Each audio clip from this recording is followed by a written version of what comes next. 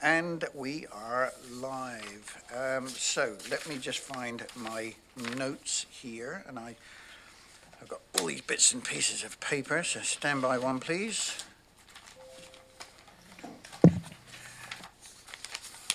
Uh-oh.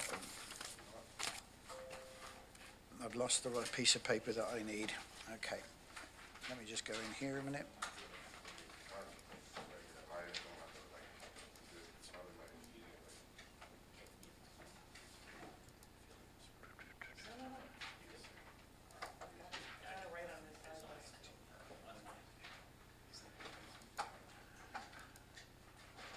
Darn it.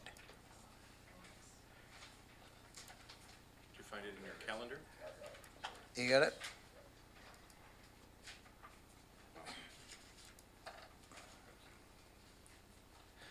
And were you looking for your? I was looking for my notes on the welcome, actually, and I can't find them at the moment, but that's okay. Okay, folks, good morning. Welcome to this special meeting of the EASC to discuss budget and supplemental items. As normal, I'm going to acknowledge that I am thankful to live and work in the unceded lands of the Quw'utsun, Malahat, Suba, and I'm so sorry about this, I still haven't got it right, Subatix, Halalt, Penelakut, Stesimus, Liaxin, Pakwachin, Ditidat, and Patidat peoples. And I do sincerely apologize for the pronunciation there. I will get it right eventually. So, Mr. Robbins, can we start on, please? Thank you, Mr. Chair. Just with regards to the approval of the agenda, there was one item from yesterday's special EASC committee meeting agenda that was deferred to this, which was under Report 9, Recommendation 12, and this has to do with the 2023 draft budget for Function 820 Eagle Heights Sewer System. I understand that's within Director Nicholson's, and so the committee didn't discuss that. I'd suggest that you add that to the approval of the agenda and dispense with that prior to going on the next item of business under reports. Understood. Do we need a resolution to add that to the agenda? Yep, motion to approve the agenda with that the addition. All those in favor? Any discussion? Sorry, too late for that. And so that's passed. We'll add that to the agenda then. Thank you. That moves you to agenda item 2, public input period. Opportunity for the public to provide input with regards to a comment on any agenda item that is before the committee this morning. We have no one online that has requested an opportunity to speak to you, so we move to the gallery.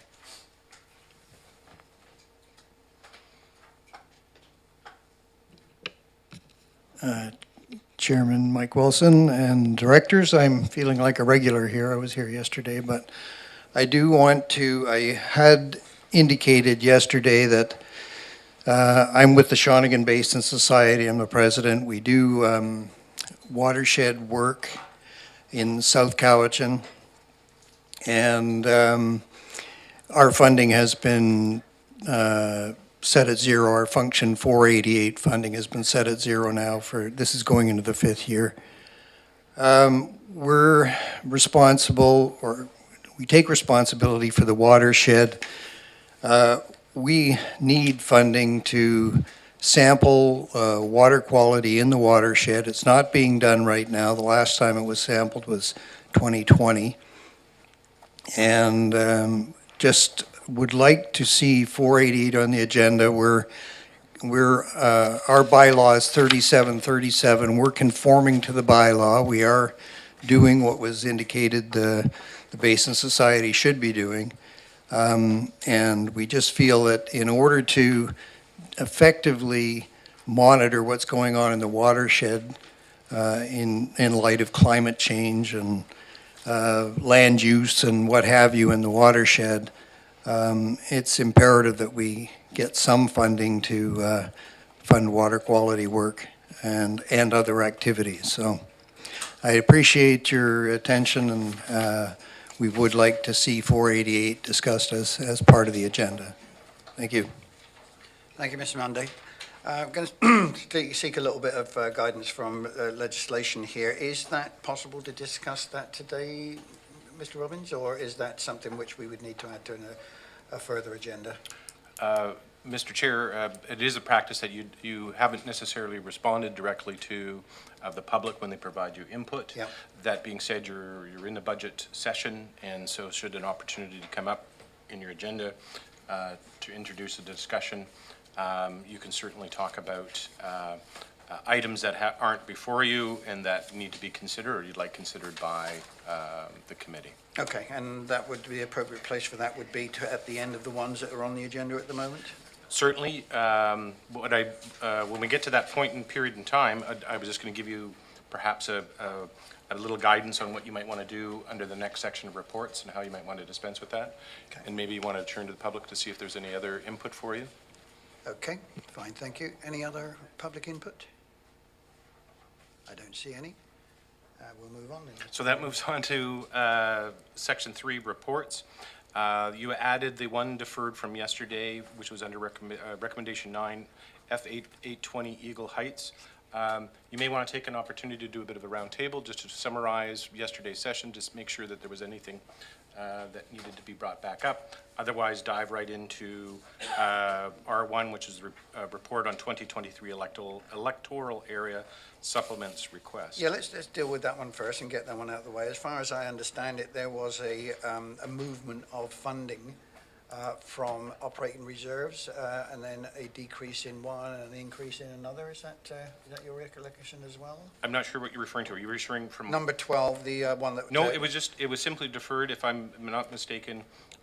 This is Director Nicholson's area, and we just simply deferred for her to join today and have that discussion. Okay. And then the recommendation was that the 2023 draft budget for Function 820 Eagle Heights Sewer System be approved.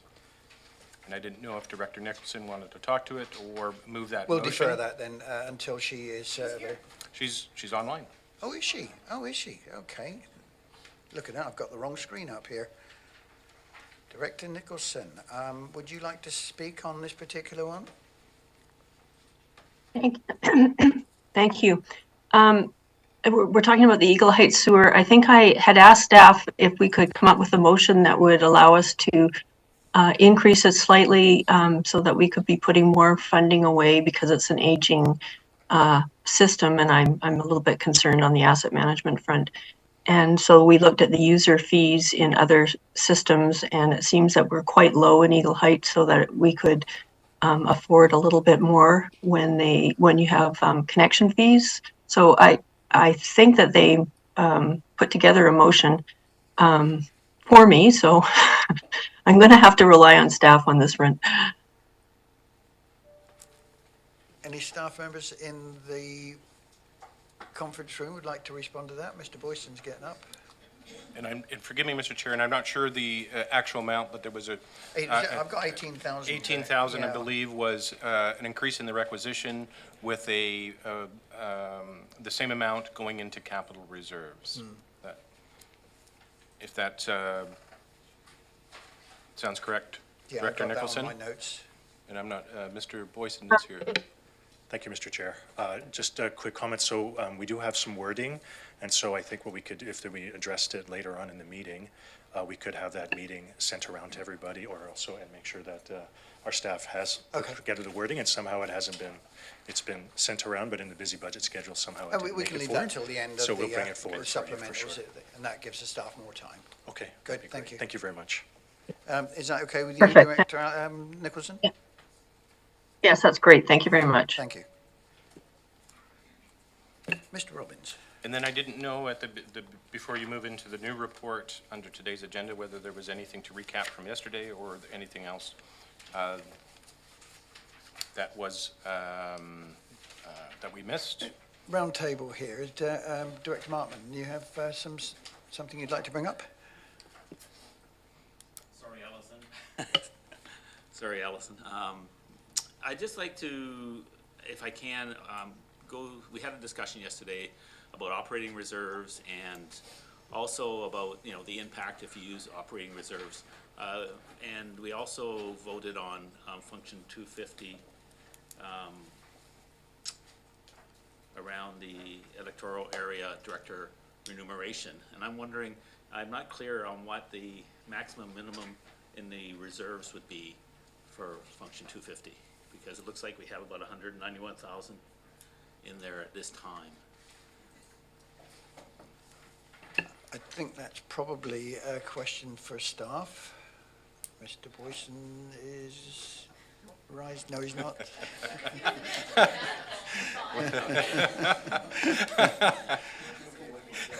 Finance.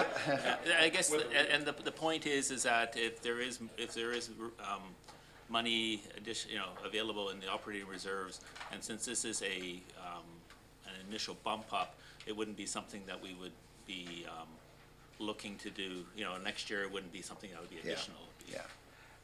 Finance, or perhaps Director Nicholson, Ms. Bowen? Just give us a second. Okay. Ms. Bowen's working on the numbers here. So, the max is 136 and the min is 27. Are you, have you got your microphone on? Oh, sorry.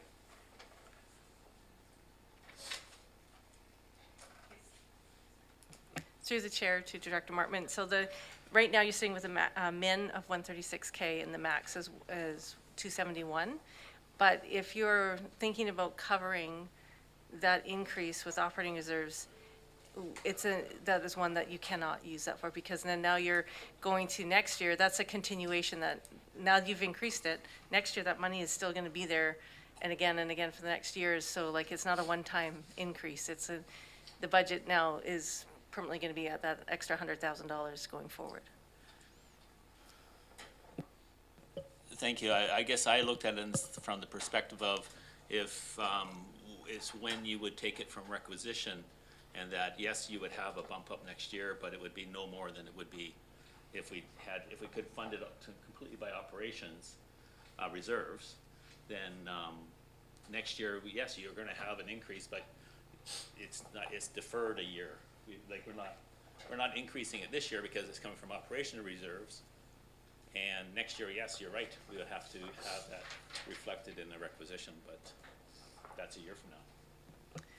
Through the chair to Director Martman, you could be looking at twice the amount as a double increase, because now you're covering it this year with one, but you have to increase it again the next year. So it's not like, you're not really staving it off, like you're looking at increases. And that's what we've had happen with a few of the other ones with cuts that happened last year, and such big increases this year is due to the fact of using operating reserves to cover ongoing operating expenses. This is not a one-time, this is an ongoing operating expense. I left it on. So I don't know if this is, I guess I'm just not seeing it then, because I see if I was paying myself from my savings account, and instead of paying myself from having to earn it that year, then I've taken that money out and I haven't had to earn something for it. But a year from now, I've paid myself for that out of my savings. I'm not replacing the savings plus paying myself. So I feel like I'm just going to my saying, okay, I don't have any more savings there. Now I have to bump it up the percentage. Director Martman. Yeah. Anyway, so Yeah, it's getting sorry. a bit- I'm not seeing it that clearly. Yeah. So thank you. Hang on. Yeah, Director Acton, go ahead. Thank you so much, Mr. Chair. I see where Director Martman's coming with this, and we have done it in the past where we've introduced a new position where we might fund half of it in reserve funds, and if that makes Director Martman more comfortable, I would be happy to support something like that, so that this year there's not the full increase, and then the next year it goes up. So it's not a large jump, although I don't feel like it is a large jump, but if it makes you feel better, I would be happy to second that motion. Okay. Director Morrison. Thank you, Mr. Chair, and maybe I should have thought about saying this yesterday or earlier in the process. What Ms. Bowen says is bang on. It's a case of if it's a one-time thing, yes, you can use operational reserves and the likes, but if it's an ongoing thing, it's not just having to put back that money that was borrowed, but it's the ongoing. So we have seen situations where we've taken a chunk out of operating reserves, and then next year, holy cow, it's double what the requisition would need to be. So it may be a confusing prospect, but she's bang on that. But the part that I wanted to share now that I didn't share yesterday is we've got a big number that we're trying to work on getting down, and we can be smart and we can be targeted and we can do a few things to try and tighten down on this and make a more reasonable number. But everything that we do this year to try and do that using whatever resources that we get, we're just putting the pain off, or another degree of pain off into next year's budget. So we can take a big hit this year, and next year is going to be a whole bunch better. If we try and reduce the big hit that we take this year, then it's just going to make it more challenging again next year. So it's how do we want to take our poison? Do we want to take a big gulp of it this year, and then next year will be a whole bunch better, or do we want to, maybe take a little bit of a bigger one and know that we're going to have some big numbers? We have to remember that for next year. That's all. Thanks. Thank you, Director Morrison. Now, perhaps I'm missing something here, but as far as I can see, this is a requisition purely in Director Nicholson's area, and it will only affect her area. It has no effect on the overall requisition. Is that correct or not? Didn't we put that off to the end? Sorry? Didn't we put that item off to the end? We were starting to Oh, I'm discuss talking about the wrong new one item. again. Sorry. We've got Director Nicholson online here. That's what I thought we were talking about. I do apologise. Let's go backwards. Okay. Any further discussions? Director Acton. Thank you so much. I have a bit of an amendment to the parks budget, to the requisition part. Can I bring that up when the supplemental comes up, or should I bring it up now? We don't have a motion. Yeah, I was going to make one. Yeah. Oh, okay. Yeah. Sorry. Go ahead. You go ahead. So I didn't see any hands. And again, I'm going to say here, bear with me, folks. I'm not an expert at this. Just hang on for a while I get myself sorted out here. Director Martman. So I would like to move that we use operating reserves from Function 250 to pay for half of the requisition, or half of the remuneration, director remuneration. And then, is that adequate? I'll second that. That's fine. Okay, so there's the motion on the floor. It's been moved and seconded. With I guess with the subject to that we don't go below the 4-year the 4-month maximum, that we don't go below that we stay. That makes sense to you? Pardon? There's 2 to 4, isn't there? And I'm staying above the 4. That's what I'm suggesting. Okay. Through the chair to Director Martman, I'll have to look at the numbers for that, because last year at this meeting, when you guys were discussing Function 250, you requested that you have money set aside for the next election. So out of that operating reserve, we have to start committing money for the next election. So I have to do some numbers to see where that's going to put you at, to make sure that where it's going to fall within your numbers. And remember, the numbers that are online are a year old. So there are some stuff that is going to be coming in and out of that. So it may not even be the 271. We need to know what that balance is before I can say that. Okay, so do we need, hang on, let's just hang on a second. I think I've got it crafted now in my head. Sorry, I apologize for this, because it's about having, so the motion I would like to make is that we use operating reserves in Function 250 above the 4-month max, anything above the 4-month that is available to offset the director remuneration requisition. And so that would be a number I don't know right now, but finance can advise us on whether it's 5,000, 10,000, or 50,000. That'll be, finance can advise us, but it has to be above the 4 months maximum. And up to 50? And up to 50. Yes, 50,000. Do we have, It's at- can we make a motion out of that lot? I'm not seconding that, it's too complicated. Yeah.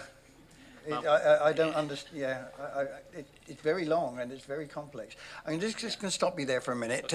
Director Morrison, Yeah, I was lead gonna us tr- along Going here. to try and help a little bit here. I get the intent of what Director Martman's going after here, and we try to provide staff with a little bit of certainty in our motions, and what I would suggest might be an appropriate motion, given that staff are reporting to us that they can't really nail down what the operational reserve balance with the committed and year-end numbers and the like. So I don't even know if we're going to be in a position of being above the 4-month maximum amount. So I would suggest that we don't tie it to the things that we've added to the budget, because they may not even be approved when we get to the board. So my suggestion would be that we put a dollar amount in that the motion be that staff be directed to use up to $50,000 of operating reserve to reduce requisition for function 250. Director Martman, obviously you seconded it and you're approving that. And can I have a final word? All right, there's the motion on the floor. So we've got it seconded as well. Further discussion, and I think Ms. Bowen is getting ready there. Carry on, Ms. Bowen. Through the chair to Dr. Martman. So at the time right now, with everything that we're doing with year end and stuff, the balance that you guys have is 191,000. So you are below your maximum already, and that does not account for anything being set aside for the future elections. So you're already below your max. So in what you were looking at was a nice try. No, sorry, you would not be able to do it that way.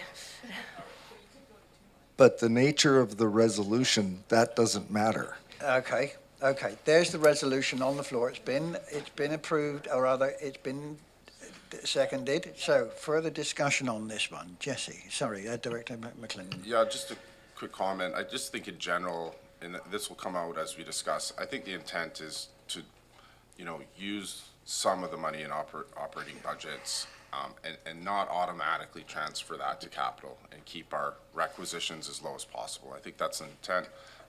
Therefore, I'll be supporting the motion. Further discussion. Ian, could you turn your mic off, please? Pardon me? Turn your mic off. Thank you. Any further discussion on this? Seeing none, I'm going to call the question. All those in favor? Any opposed? I don't see any. Director Nicholson. Director Nicholson is opposed. Okay, moving on. Thank you, Mr. Chair, and I don't know if you completed a round table. I just caution you, I didn't want this to be a deep dive back into the business that you had, you so diligently went through yesterday, but it was an opportunity to do a bit of a round table just to make sure that everything was covered off. Ms. Mohan.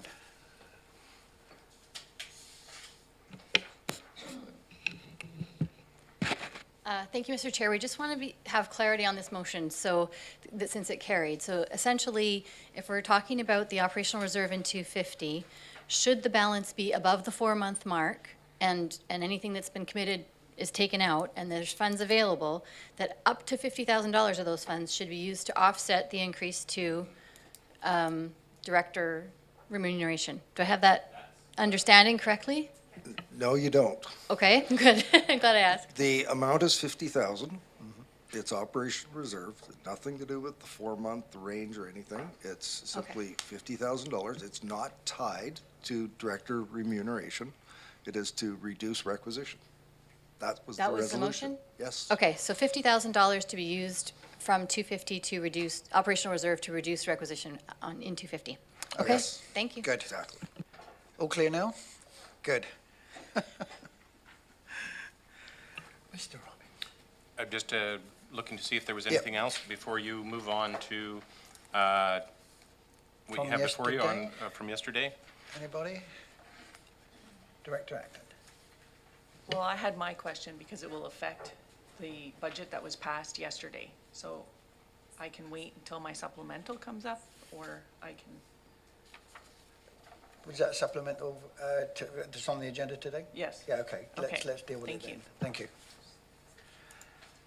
Then, Mr. Chair, then you move to reports, the Finance Division, the 2023 electoral area Excuse me. supplemental requests. There are, Excuse me, oh, excuse, Mr. Chair, sorry. I hear Director Nicholson. I'm sorry, Director Nicholson, I was not looking at my little screen there again. I see a hand there.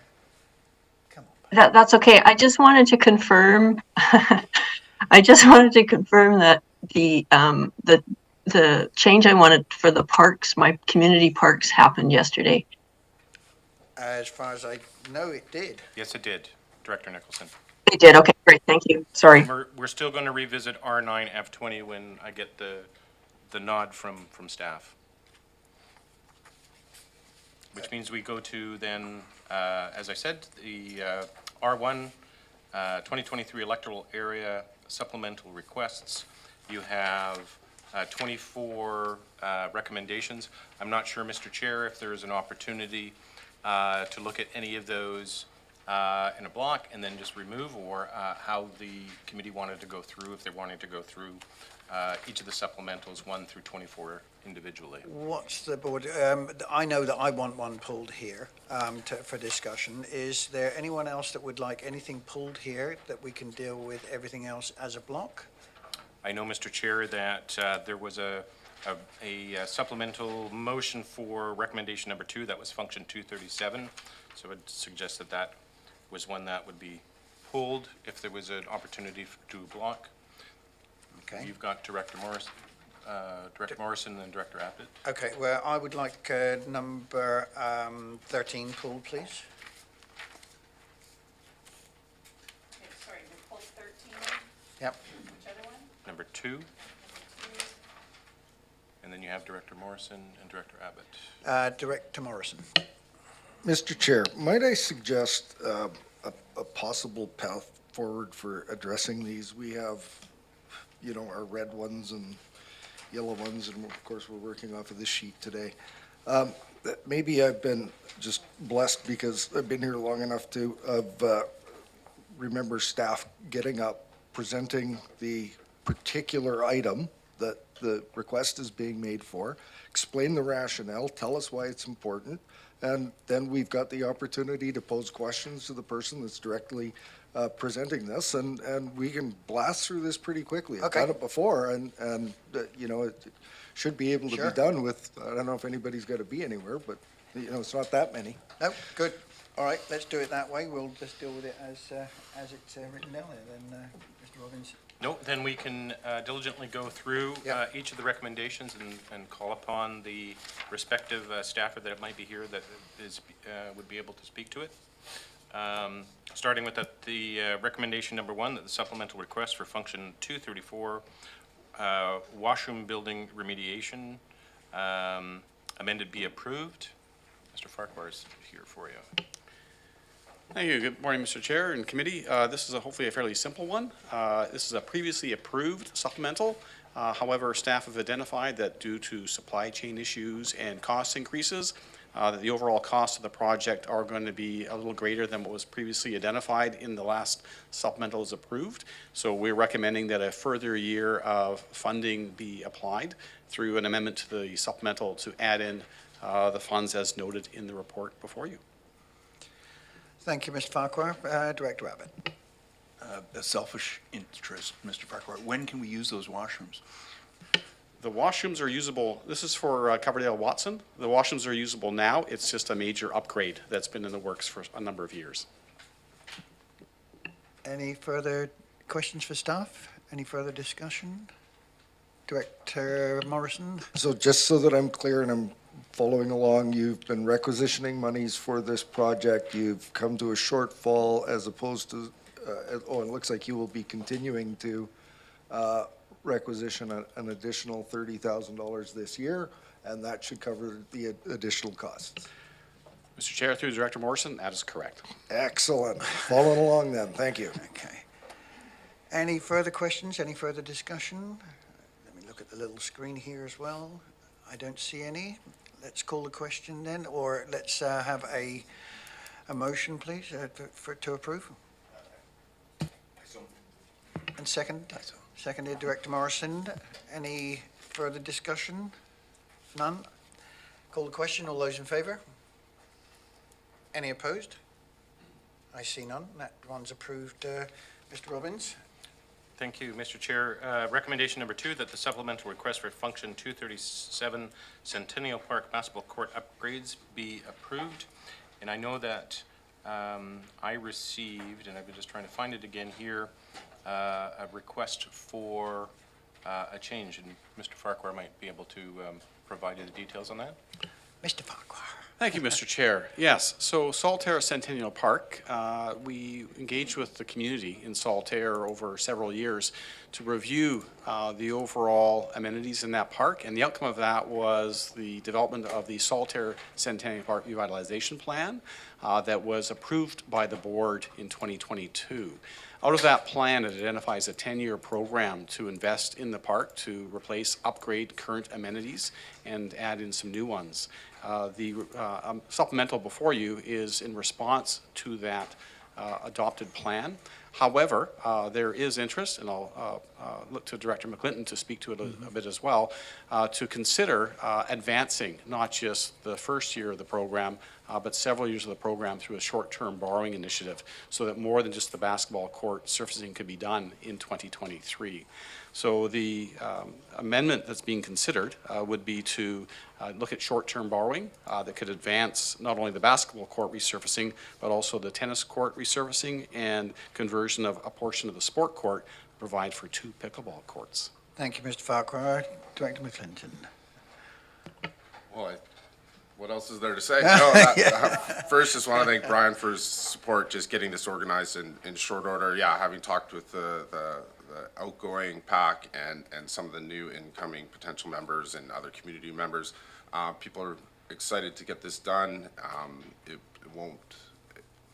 There's some efficiencies in getting the 3 projects done at the same time.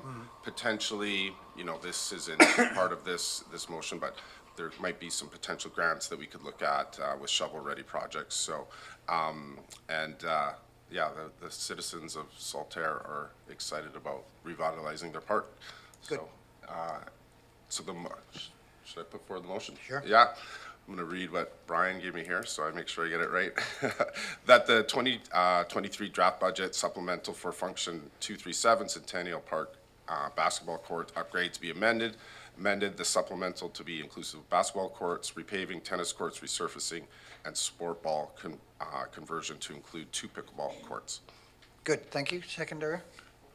Oh, Mr. Farquhar? There's if I may, Mr. Chair, there's a bit more to the recommendation, and I'd happily complete if you like. Yes. So it will involve increasing capital, short-term borrowing by $130,000 for 2023. It'll include increasing capital, parks infrastructure by $100,000 for 2023. It will also include increasing operating short-term debt repayments by $30,000 for 2023 through 2027, and increasing operating requisition by $30,000 for 2024 through 2027. Okay, so you got all that? Yep. You're still going to put it forward? Yes. Good, the motion is there and seconded by Director Morrison. Any further discussion on this one? Call the question. All those in favour? Any opposed? See none. That one is approved as well, Mr. Robbins. If I may, Mr. Chair, the other element would be to move forward with the amendment as approved. Yes. Oh, I'm doing, yeah, that's the one that I keep on forgetting to go back to. So the motion is to move forward as amended. And a second, Director Martman. Any further discussion? Seeing none, call the question. All those in favour? Any opposed? I don't see any. That one's approved then. Mr. Chair, that moves to recommendation 3, that the supplement request for Function 328 bylaw enforcement supervisor be approved. Mr. McDonald, hello. Mr. Chair, as part of the previous board's strategic plan, there was a service review done of the bylaw enforcement department. And one of the recommendations that came out of that was a bylaw supervisor. There were multiple recommendations, and there were 4 main ones, and 3 of them are kind of key to get each other. As also part of the supervisor, there was also recommended about a public information system, and going to also a bylaw offense notice system as well. So this position would assist with that, addressing the public information, as well as department efficiencies, and also act as a screening officer if we adopt the bond system. I'd be happy to answer any questions if you have any questions around this position. Thank you, Mr. Mr. I was going to call you Dr. McDonald. I know, I could get used to that. Director Abbott. Mr. McDonald, I noticed with some of the other requisitions for staff, there's also a requisition for equipment going on in year after year. It seems like the bylaw doesn't have that similar requisition for PCs and software. I'm not sure if it pertains. We could look at repurposing at this point. I have some other computers that I have available, so at this point in time, to save some budget right now, I would repurpose the ones that we have. Okay, Good, thank you. Director, CAO? Whenever. Just wanted to make the point to the committee that staff have ranked the supplementals, and for electoral areas, this comes out in the top ranking for positions, just for context. That's an interesting one. I wonder in the future on the agendas whether we could have that ranking put on there as well. That would be a useful thing. That would save us referring back to another document. That would be great. Director Acton? Yeah, just Sorry, hang on a second. I think Director Morrison was first. Yeah. So, thank you, Mr. Chair. So, this might be a couple of staff involved in this question. So, this looks like a pure requisition, $115,000, $20,000 per year ongoing. So we're not going to go looking for operating reserves or anything like that. But let me ask you this. So we're January 12th today. And I know that it takes a little while to get folks up and running and doing their work. Do we have an anticipated, if we were to go out to market and looking for the person right now, do we have an anticipated start date? And I'll have a follow-up to that. Okay. Go ahead, Mr. McDonald. To you, Mr. Chair, I think I can anticipate where this is going. So yes, there would be an anticipated savings in the first year, as the job likely, I would have to talk to the HR department to see what their schedule's like, but I would anticipate 4 to 6 months to implement this job. Okay, good. Director Morrison. He's good at anticipating. I know. So my thinking around this is that this is one of those questions, bite the bullet, take our poison this year, or do we maybe do 50% of the requisition for this year and 50% next year, or the additional 50% next year. So I simply look to people around the table and what are your thoughts? We want them to proceed. This is one of those, we've approved this, we asked for it. So just put it on the table for consideration. Absolutely, yeah. Director Acton. Thank you. I have more to say, not on this comment, but to Director Morrison's suggestion, I guess the only thing I would ask staff is, does it lose priority from human resources, or because it's not being fully funded? Does it slow it down in any way? Because I truly believe it's a position we need to fill, and that the communities really want it. To you, Mr. Chair, that may be a better question for HR than for myself. Ms. Mohans coming up to the podium. Thank you through the chair to Director Acton. So a couple of things would come into play here. One, the budget's not actually approved for a few months yet. And so even if we got going, quickly, or when we thought that the budget was fairly stable, it would still, hiring right now still takes, 30 to 90 days. So I think you're safe in reducing it somewhat for that. The other thing is that we're catching up in HR overall in terms of our recruitment workload. And as a result, I don't expect any delay on this position. When there's concerns about which position to go to market for first, we generally bring it to SMT and we rank them at SMT. But certainly your comments here today would be taken into account, that if this is a priority for the board, then the SMT would take that into account when they set their recruitment priorities. So. Thank you, Ms. Mohan. Director Acton? I'd be prepared to move a resolution that this supplemental item be approved and that requisition in the amount of with a requisition in the amount of, it's not a touchscreen anymore, hang on, in the amount of $60,000 to fund 0.5 of this position. Or Director words to that effect. Yeah. Instead of 120,000, I'm recommending 60, and that'll give Okay, us 6 months okay. worth of. Director Seagal, I'm going to go to Director Seagal first. She had her hand up before the motion. Thank you. Yeah, I just had a question from something that was mentioned earlier by Director Acton. I just wanted to clarify. And maybe I misheard that she mentioned in the past operating reserves have been used to help offset new positions. So like we increased requisition a bit this year and next year. No, I misheard that. Okay, that's fine. Yeah, I guess I want to just bring up specifically with bylaw again, just that there is the $600,000 over the maximum operating reserve, unless that's changing by the end of the year. But maybe this isn't the place to No, use that. Ms. Mohan? Through the chair to Director Segal, sorry, I was going to answer her earlier question about using operating reserves to partially fund positions in the first year. So we have not done that, but which is what you guys just said. But one of the things that happened last year is that we had a lot of COVID relief funding, and we did use the COVID relief funding to sponsor positions for the first half of the year. So there was a different source of funding to lower the first year costs of new hires. And so one of the reasons why we're struggling with a higher budget amount this year is because those positions are now in the budget for the full year. So. Okay, good. And there was a second part to your question about the 600,000? Yeah, I guess I don't know if this is the right time to talk about that. Okay, let's have a chat about it later. Okay. Okay. I will second his motion. Okay, there's a motion on the floor, and it's been seconded. Anyone, Director Acton? Thank you. I'll just make the comment that I wanted to make. So I hope we'll support the new position, period, whether it's half of it or full. As if you all remember, we did a bylaw review, and this came out of the review, and we have a real opportunity to kind of deliver a better service, and it's an area that is really important to the community, and I think it's also really important for the overall perception of the CVRD.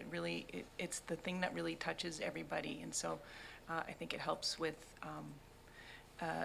letting people know what the CVRD does and how they do it and all those things. So I think it's really important. So thanks for bringing it forward.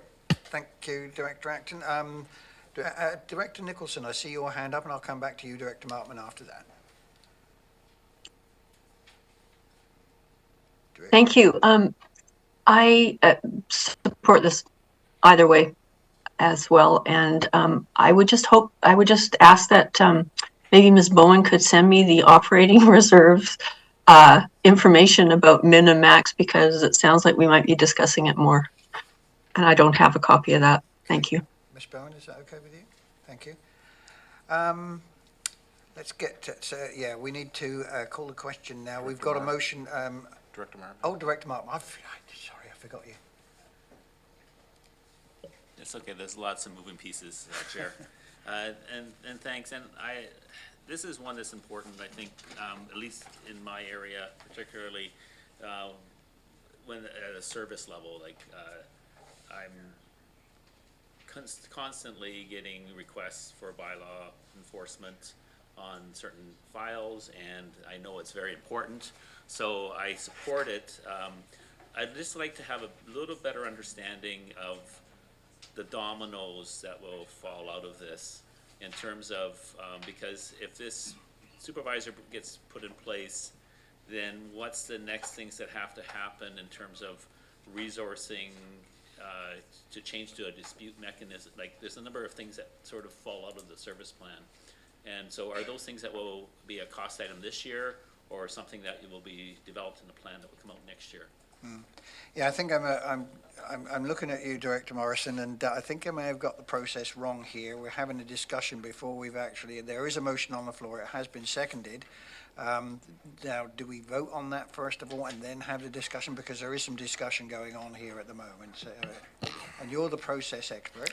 Well, not really, but I think it's more to the point, these are great questions, but they don't pertain to the item at hand. Yeah. We're dealing with the budget stuff, and some of that has been laid out in the report and Yeah. how they're connected, so great questions, but we're gonna be here all day if we try and connect the dots on all of these things within the department, so Okay. I'd suggest you call the question on Yeah, the motion. that's what I'm if thinking of. everybody's supportive of the fiscal part of the discussion. Yeah, that's what I'm thinking here. Okay, so motion on the floor, it's been seconded. We've had the discussion on there. I'm going to call the question. All those in favor? Any opposed? None opposed? That one passes as well. That one's approved as well. Thank you, Mr. Chair. That moves you to recommendation 4, that the supplemental request for function 576 SCADA software be approved. Is there a member of staff here? Just remind me what SCADA was again. Hi. Yeah, Mr. Chair, so the SCADA system is the network and remote access system that allows us to remotely operate and monitor the water and sewer Oh, systems. good. Yep. Yeah. Yep. Thank you very much on this one. Any questions for staff on this? Move the recommendation? Moved. Seconder, Director McClinton. Any further discussion or questions? Call the question. All those in favor? Any opposed? I see none. Approved. Mr. Robbins. Thank you, Ms. Thompson. That moves you to recommendation number 5, that the supplemental request for function 604 Lambourne Reservoir Replacement additional funds be approved. And we have, it is Ms. Thompson, right? Yeah. Yes, it is. Thank you. We have Ms. Thompson there. Would you like to just expand a little bit? Yeah, so this is an increase from operating reserves as well as the operating budget, and this is just to provide a little bit more budget for the reservoir replacement for the Lambourne water system. In other recent reservoir replacement projects, we've seen a significant increase in the cost of reservoirs. Thank you. Questions for staff? Director Abbott. I was going to move adoption Good. of this. And seconded by Director Morrison. Any discussion? Any more questions for staff? Okay. Call the question. All those in favor? Any opposed? Seeing none opposed, that one was approved as well. Mr. Robbins. Moving to recommendation number 6, that the supplemental request for function 640 Saltaire Treatment Plant additional funds be approved. Ms. Thompson. Thank you. Again, so originally we had a approved long-term borrowing bylaw, and we got a grant for this project to upgrade the treatment plant for the Saltaire water system. So last year, we didn't plan to borrow for the full debt, as we planned to cover the majority of costs with the grant funding. Of course, since then, the project has come in at above what we had originally planned with the original grant project, and so this is just to recognize more of that long-term borrowing that's available as per the approved bylaw. Good, thank you. Director McClinton. This is a tough one because obviously this needs to get done.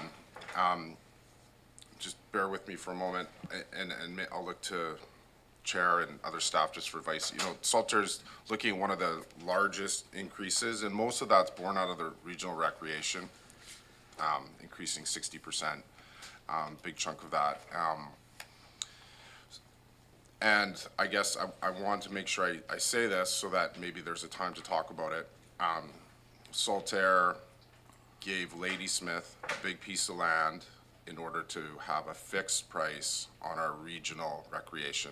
And so I'd like to make sure that I just say that so that at the board we can possibly find time to talk about that.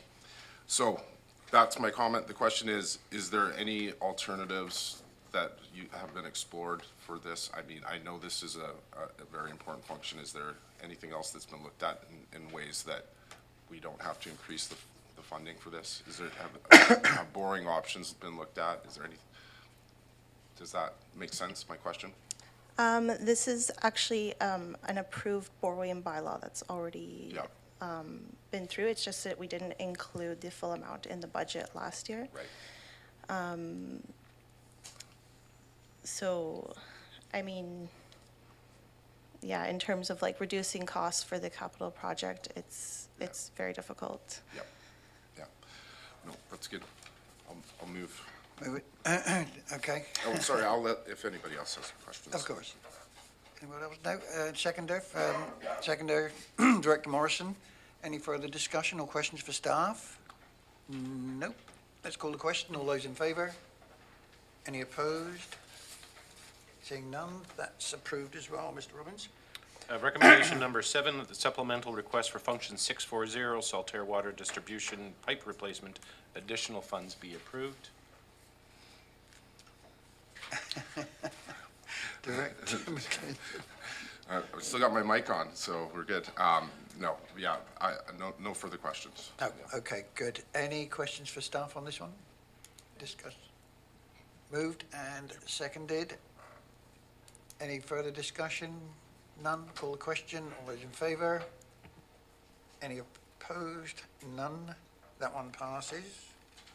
Just a reminder, as the CAO pointed out, if you're following around on your spreadsheet, you can see that the ones that you've just, the first ones on your list were identified as critical in terms of how they were ranked by the management team. Yeah, that one there. So you're moving to recommendation 8, that the supplemental request for function 812 Cobble Hill Village Sewer Collection Expansion be approved. I know all about this one. I've bundled all sorts of money into this one as well. So, yeah, I'll move that, that motion. Seconder? Second, Mr. Do you have a question? No, seconded. Good. Any further discussion? No? Good. Call the question. All those in favour? All those opposed? None opposed. That one's approved. Moving to Just one second. Yes, sir. Yeah, just following up on Mr. Robbins' comment. So when we first introduced the supplementals to committee, if you stay in the red category, you're looking at a 1.2% increase to requisition. If you start moving into the other categories and you approve all in total, not everything is considered here today, of course, but you're looking at a 3.76%. So just to put it into context, if you stay in the red, it's that lower number. So it is important to follow along with the chart, like Mr. Robbins said. Good. Thank you very much. Mr. Robbins, what is next? we can share. We're moving to recommendation 9. That's a supplemental request for function 813 Mill Bay Mill Springs Sewer Collection System be approved. Are you moving that? No? Okay. Director Segal, go ahead. I just have a question through the chair. So I see that this doesn't affect requisition. It's in the other category. I'm just wondering where it's coming from. So through the chair to Director Segal, this is to increase connection fees. So when someone joins a sewer system, they pay fees to basically buy into the infrastructure. And so this is just anticipation of additional people being able to connect to the Mill Springs / Mill Bay sewer system with the additional capacity of the treatment plant. Great, I move it. Moved, seconded by Director Abbott. Any further discussion or questions for staff? Seeing none, I'll call the question. All those in favour? Any opposed? None. So that leads us on to number 10. Recommendation 10. It was a great point that staff had pointed out, and just with regards to the supplementals, not all the supplementals are requisition funded, and so a lot of these are user fees. Granted, a taxpayer is a taxpayer, but it is often a different source of revenue. Moving, Mr. Chair, Director Morrison might have a Director question for you. Morrison. Well, I was going to suggest, we've been here about an hour, if we Do you might know- take a quick break. I was gonna- There's some information, like we were hoping we could have the list of the min, maxes and balances Yeah, for, and yeah. maybe that might, because we're heading into the second tier and we may want to be a little more Let's do innovative. that. Let's do that, because I'm allowed 2 cups of coffee a day and I've only had one, so I can have one of those as well. So let's come back, please, at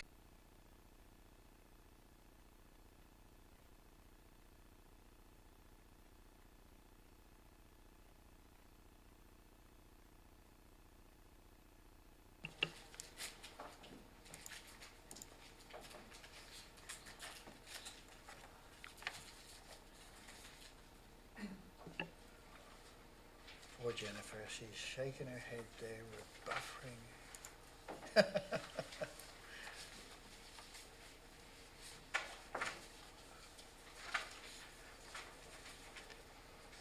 Sorry for the delay, folks. We're just waiting for the internet to catch up with the speed we were moving at.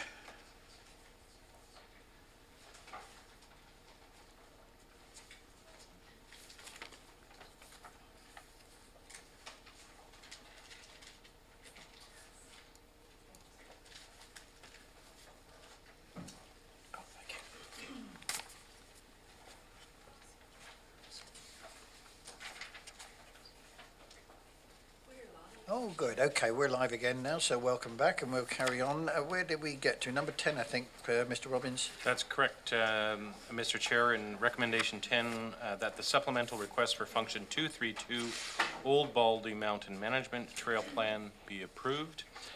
And Director for the area, anything, or anybody who has anything to say on this one? Director Acton? Okay. Thank you, Mr. Chair.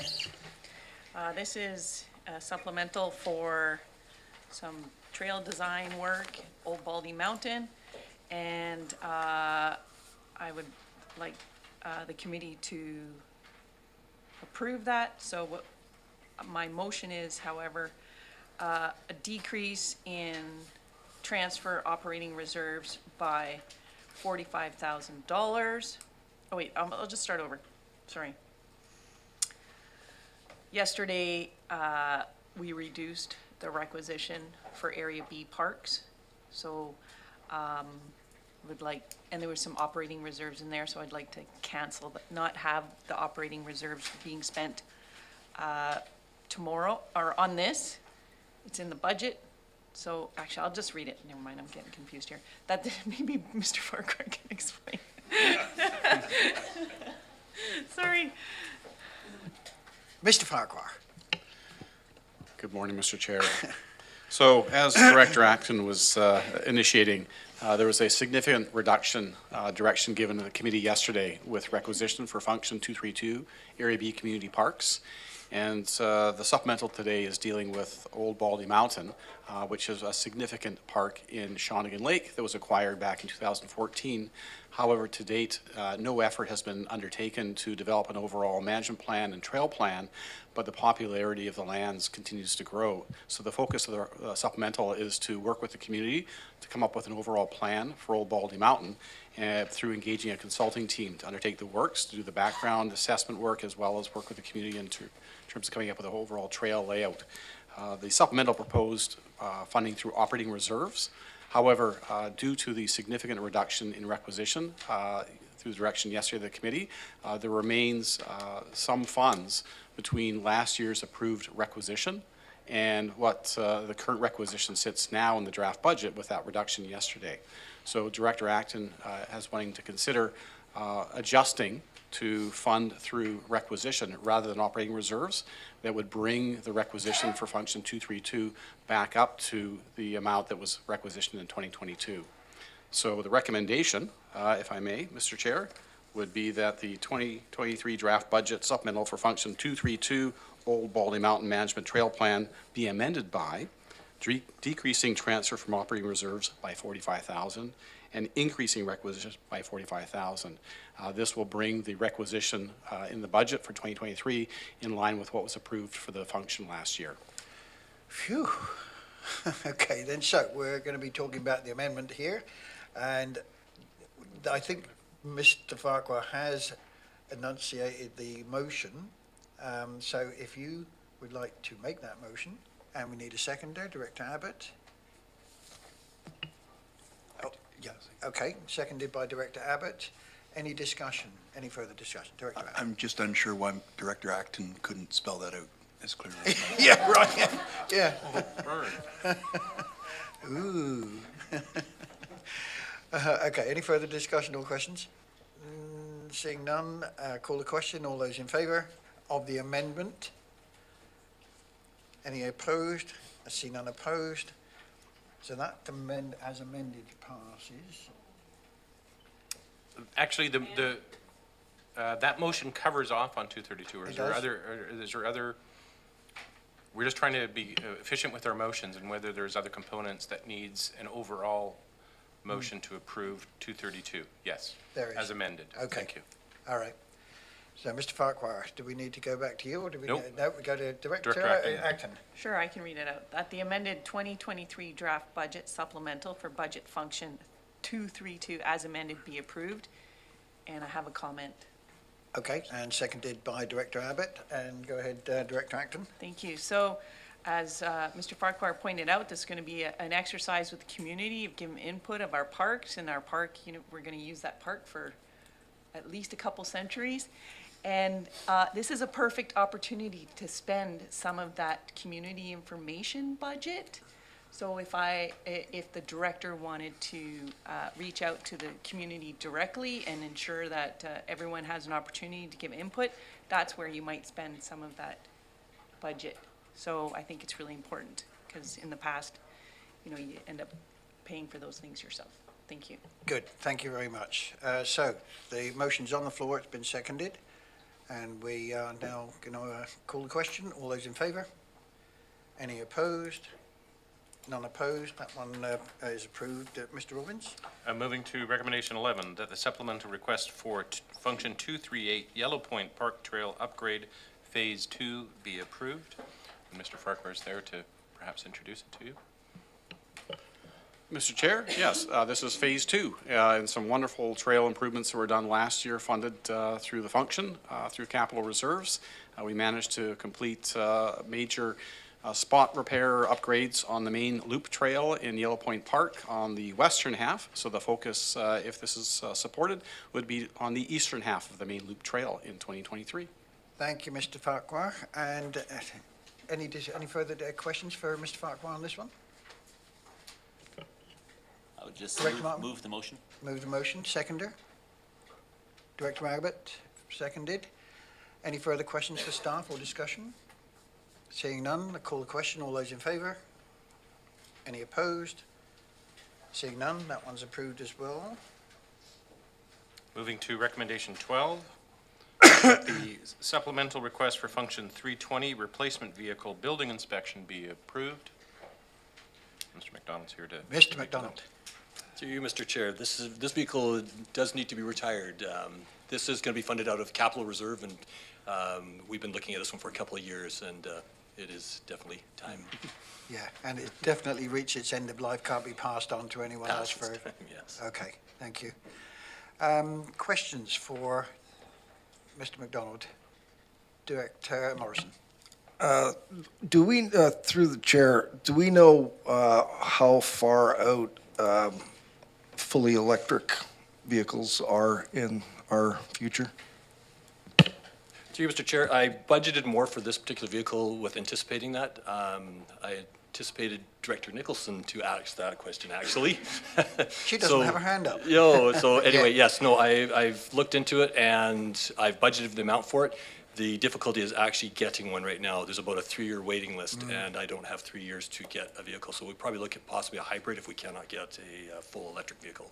Good, and the question, of course, is for electric, with the kind of work that you're anticipating, does it have the range? There's a number of things we're looking at. Can it handle the terrain as well? Yeah, okay, thank you. Any further questions for Mr. McDonald? No? Call the question then, or can I have a mover? Mover. Moved by Director Morrison, seconded, Director Seagal. Call the question. All those in favour? Any opposed? None opposed? That one's approved as well, Mr. Williams. Thank you, Mr. Chair. Which moves you to recommendation 13. I understand that there's an alternative motion that's being proposed. I could read that out to you. It's a 5-part. Okay. Do we have a copy of this? No, I haven't seen anything like that. It was just passed to me. Oh, okay. Who's it And from? maybe Ms. Chairwolf can speak to it specifically. Mr. Chair, through you to the committee, supplemental for 325 for environmental planner and community planning division. We are putting that forward with a reduced amount of 26,280 versus the 114,848 that you saw for 2023. And the reason for that is because we have recently had a staffing change. Because we have a vacant position, we want to present that as a replacement of that existing vacant position. So the supplemental increase would be for 26,280 rather than 114,848. You have the, Mr. Robbins has the revised resolution for you, but if you would like some more context on the position itself, I can do that. So the development services, community planning divisions have been working on development services modernization, and as part of the work involved with that, we've identified environmental planning as a key component. It's something that we deal with on a daily basis. And one of the key aspects of this is to assist community members, owners, and developers, both with identification of development permit areas, coaching with implementation of guidelines, but also trying to offset some of the costs that homeowners and developers are experiencing with having to obtain professional reports. And that is in the context of where those reports are not actually required. So the legislation requires us to implement the riparian areas protection regulation. In the process of doing that, we have properties that are identified as being within development permit areas, and owners need to apply for permit. In some cases, the actual regulation is not applicable because streams are not actually applicable to the wrapper, to the regulation. And so what they're having to do is to consult with professionals to tell them that.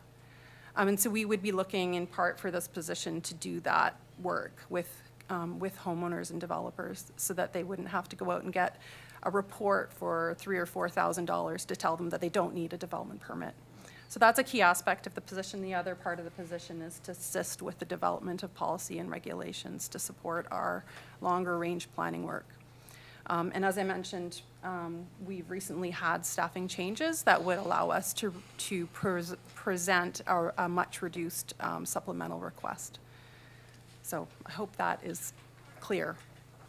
Thank you, Ms. Sheriff. I think this was one of the ones that I sent an email through in advance asking questions on this particular one as well. And I've seen Director Acton as well. Let me go first. One of the part of the rationale for this request is that specialized consultants and the professional reliance model are more costly than a regular employee. And I think I asked if we could have a comparison chart of what it's cost us over the last 5 years for consultants as opposed to, so we can compare what this is going to cost us going forward for the next 5 years for this particular position. Thank you, Mr. Chair. And so for clarification, the costs that have been incurred in relation to consultants have been incurred by private homeowners. Okay. So we have no idea of knowing, the total, we could speculate on the amount by going back through our files and saying, how many people had to go out and consult with professionals to tell them they didn't need, I've got you. Particular permits. But we wouldn't be able to give you an accurate number. So this is really value added, 100%. This is value added service that our planning department would be able to provide to applicants. Good, okay, Yeah. and I must have misread that then, because I understood it was because we were paying for something, but now we're just taking the cost away from the applicant and putting it to us. Okay, that's fine. Director Acton, and now I'll come back to you. Yeah, thank you, Mr. Chair. I don't know if I've missed something somewhere. I find that this is odd that this has come here. Like, I guess, did I miss a meeting where we've discussed this position, or that, we've had a review and this has been identified as a position that we need to add value to homeowner or to applicants? Through you, Mr. Chair, to Director Acton. So you would have to go back to the Development Services review that was completed a couple of years ago. And then through that review, the consultants did identify the need for specialized positions. And so it's been quite some time since that discussion took place. But yes, it was discussed. Go ahead. I guess, I don't have a big heart for people trying to develop, or like that regular taxpayers should cover some of those costs. But I do have, if it's something that will help staff, streamline things easier, or, you have this expert to help the process along. What I'm concerned about, or what initially I'm concerned about, is that it's still not going to be enough. Things will come to the board anyway, because I guess I don't understand the kind of, if we have this position, would less things come to the board for variances and for those types of things? Because I can see it, we're funding this position, then it comes to the board, and then the board still says, no, we want an environmental professional to also do the report, because every time you hear the word environment, it becomes a sensitive topic and can kind of get down a rabbit hole a little bit. So I guess it would have been nice to have reviewed this before right now too, I guess. Thank you.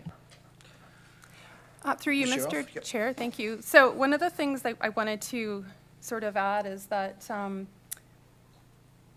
we're looking for efficiencies in our processes, and looking at the divisions and how they operate. And I didn't mention bylaw enforcement. Mr. McDonald passed me a note that says help bylaw, because we also have bylaw officers out in the field who are dealing with infractions related to development permits, and they come back and they look for assistance with trying to understand whether or not an infraction has occurred. Do we need to coordinate with the province on that? We're frequently, parks, here's another one. We're relying on other divisions. So we're going to staff within environmental services. We're funded regionally to park staff who have some expertise in landscape planning to get information that we don't have internally. So it's about improving our internal processes, making our internal process more efficient. And so the cost savings that we'll see will be internal around staffing. But it's difficult to quantify exactly what those are at this point in time. Sorry to hog the table here. Just to clarify, this position would help if we have a riparian infraction, such as like a digger in the lake, and I'm calling Mr. McDonald, and no one has jurisdiction, and they're going to work on those types of items. Yeah, through you, Mr. Chair. So one of the requirements we would expect of this person would be to be a qualified environmental professional, to have the expertise to be able to properly assess in regards to the riparian areas protection regulation, but also to have a peer-to-peer relationship with our counterparts at the province of BC, so they speak the same language and are able to coordinate on those types of issues more efficiently than we can currently. Last one. No, go ahead, go on. So, for example, if we have a permit waiting for parks for an environmental approval, would that person also help with like trying to follow up with the province and those? So this person is Yes. going to be connected to all divisions. Absolutely. And able to be flexible as long as it's an environmental perspective. Yeah, provided that it's tied to an application, yes, absolutely. Or a project. Or a bylaw enforcement. Or a parks project, or, okay. Yes. Awesome. Good, Okay, thank cool. you. Thank you very much. Director Morrison, I've put you on the list. Director Abbott, you're next. Through the chair to Ms. Cherolf, and I'd like to applaud Ms. Cherolf and her team for a number of things. The reduction in the supplement, the efficacy that this seems to offer, and the efficiency and cost savings that homeowners will enjoy. I wanted, as an aside, to look at this role and what we have heard at almost every meeting that I've been part of. We have had a presentation from the Shawnigan Basin Society appealing that 488 and bylaw 3737. Is there room for this new position to assume some lead responsibility for looking after what the Basin Society is after? In effect, something along the lines of there's staff, that there is now a room for a body of volunteers to work with staff along similar lines as a parks body or an APC, that they turn to staff and have that ability to get the water sampling, all of the good works that the Shawnigan Basin Society purports. Thank you, Director Abbott. Ms. Cherolf? Thank you, Mr. Chair. So, I mean, the staff would have to look into that. I can't answer that at this point in time because I'm looking at the position and how it relates to land use authority as opposed to other authorities that the CBRD may have around environmental protection or drinking water protection, which are funded regionally. So we would have to get back to you on that. Okay. Thank you, Ms. Cherolf. Who's next on my list? Director Nicholson.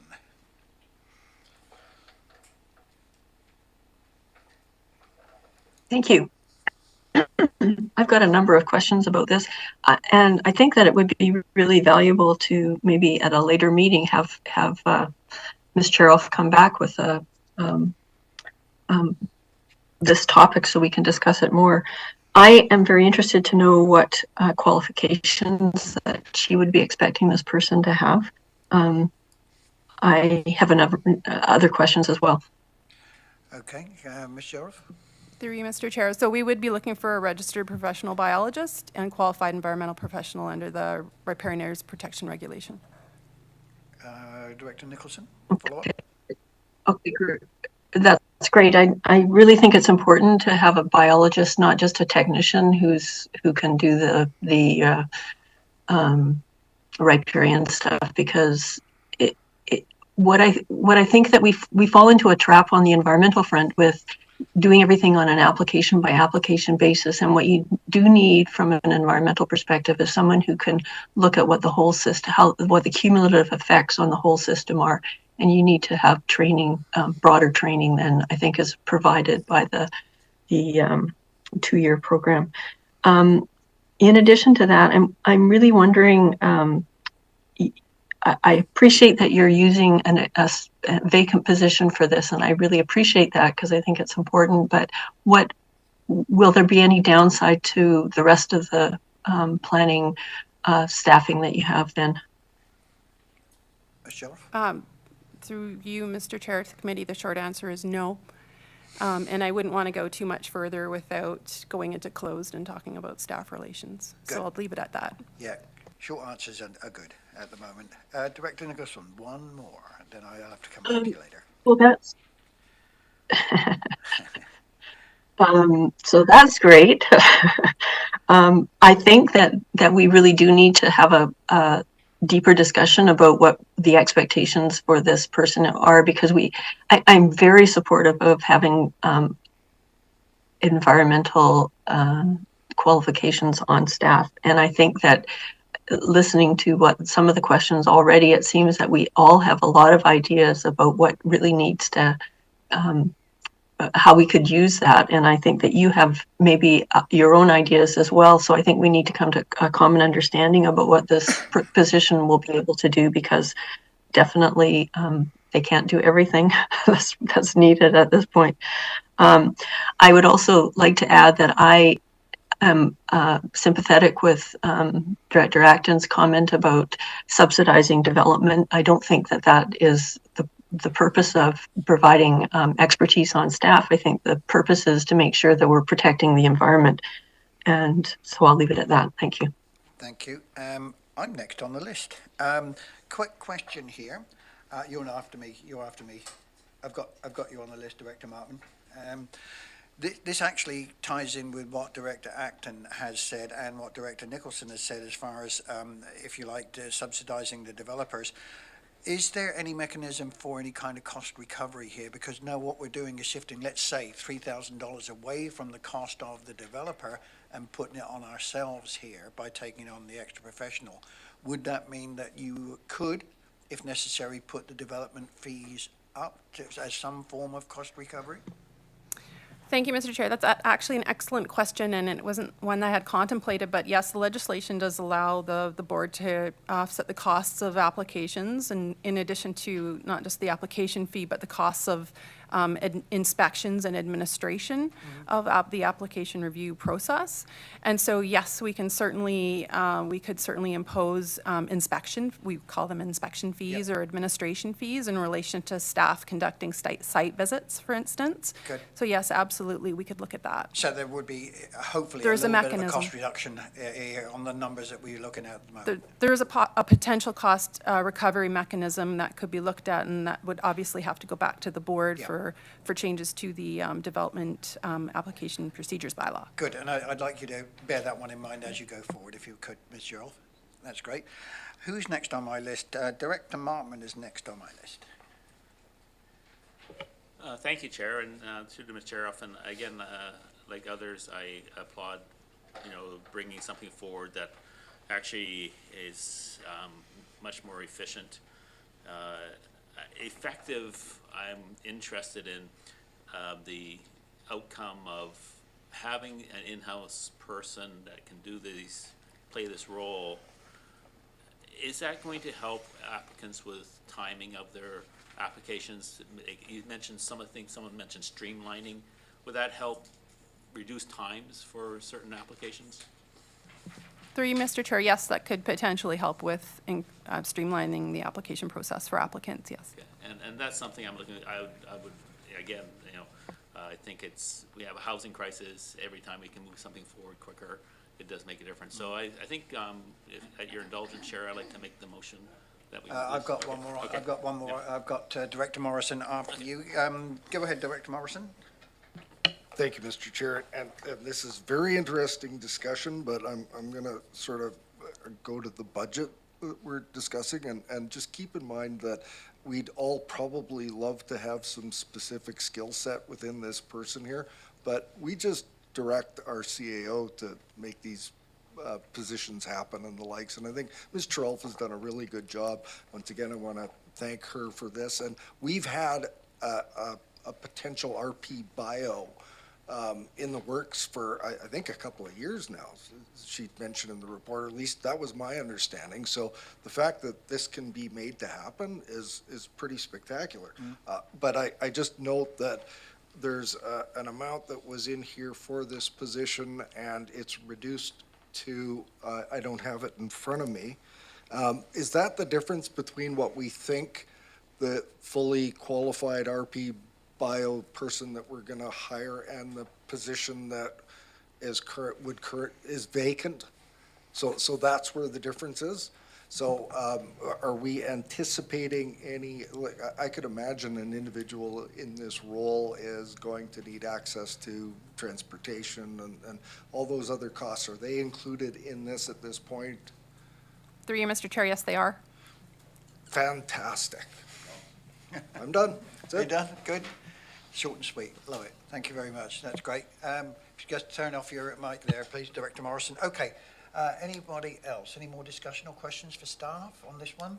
Director Acton, sorry, I meant to come back to you. I guess just that it seems like there's, despite what Director Morrison just said about us meddling, it would be nice for Ms. Charolf to come back and kind of update us on the vision behind this, and we could just hear a little bit more about it. Thank you. Okay, understood. Have we moved this motion? It hasn't been introduced yet. And been introduced. And seconded? If I, Director if Morrison? I, if I may, for your information, I could read out the motion that's been proposed. Okay, that's right, because it was a bit. So it's of an a alternate motion then that's published on number 13. It reads as, 1, amending the supplemental to fund the cost of an environmental planner in excess of an existing vacant position rather than funding an entirely new position. 2, decreasing requisition by $88,568 for 2023, decreasing wage expense by $62,205 for 2023, decreasing benefits expense by $23,363 for 2023, and 5, decreasing requisition, wage and benefits expense for 2024 and to 2027 to account for the supplemental revision. Ms. Jaroff, you, Thank you, Mr. Chair. Just one more comment. There was a request for further discussion about the position and vision, and staff are committed to coming back and reporting on status of the Development Services Modernization Project. And Good. so as part of that report, we could have the discussion about this position. good. Thank you for that, Mr. Robbins. Now, is everybody clear on what's been brought forward? I am going to ask Director McClinton to make the motion, because you love, at the moment, it's a big reduction. That is wonderful. I am excited to move this motion as read out by our legislative services. Good stuff. Seconder for this one? Director Martman, seconded. And any more discussion on this one? Seeing none, call the question. All those in favour? Any opposed? None opposed. That one is approved. And do we now go back on that same one, because we've changed that to the one that's on the agenda? No, I think that is an Okay. all-encompassing motion, Good. Okay. which moves you to recommendation 14, that the supplemental request for function 325 OCP local area plans be approved. Ms. Breen, hello. Hello, good morning, directors. This supplemental request, is subsequent to the December 7th report on local area plans, sequencing of local area plans. It would be for the first of 3 years, and the first year scope is determining the future visioning for each one of the local area plans. Right now, as the directors know, we are fully engaged in the communities. We have 6 additional meetings forthcoming in February. Approving this allows us to build on that momentum and keep that momentum going in the community. And one of the first things that we would be doing is arranging for meetings to happen subsequent to that in the fall, but planning for that. So that's the basis of this request. Thank you. Thank you, Ms. Breen. Questions? Does this build on the facilitation meetings that you had, where you appointed a local facilitator and volunteers? This builds on the community circle meetings from last year, and then the beginning of the ideas fairs and local area plan meetings, starting with areas A, B, and C in November 5th of last year, and the subsequent ones coming in February of this year. Good.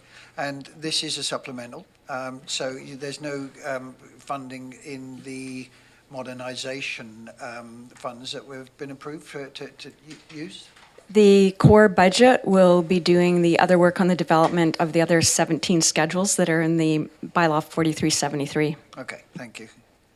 Any, Director Morrison? Thank you, Mr. Chair. So I'm just wanting to get a sense of, this is funded through operational reserves, if I'm not mistaken, if I'm on the right one. We're looking for $150,000 a year over the next 3 years. The current balance, or uncommitted balance, just shy of $1 million. The maximum is 705, so we've clearly got funds in there.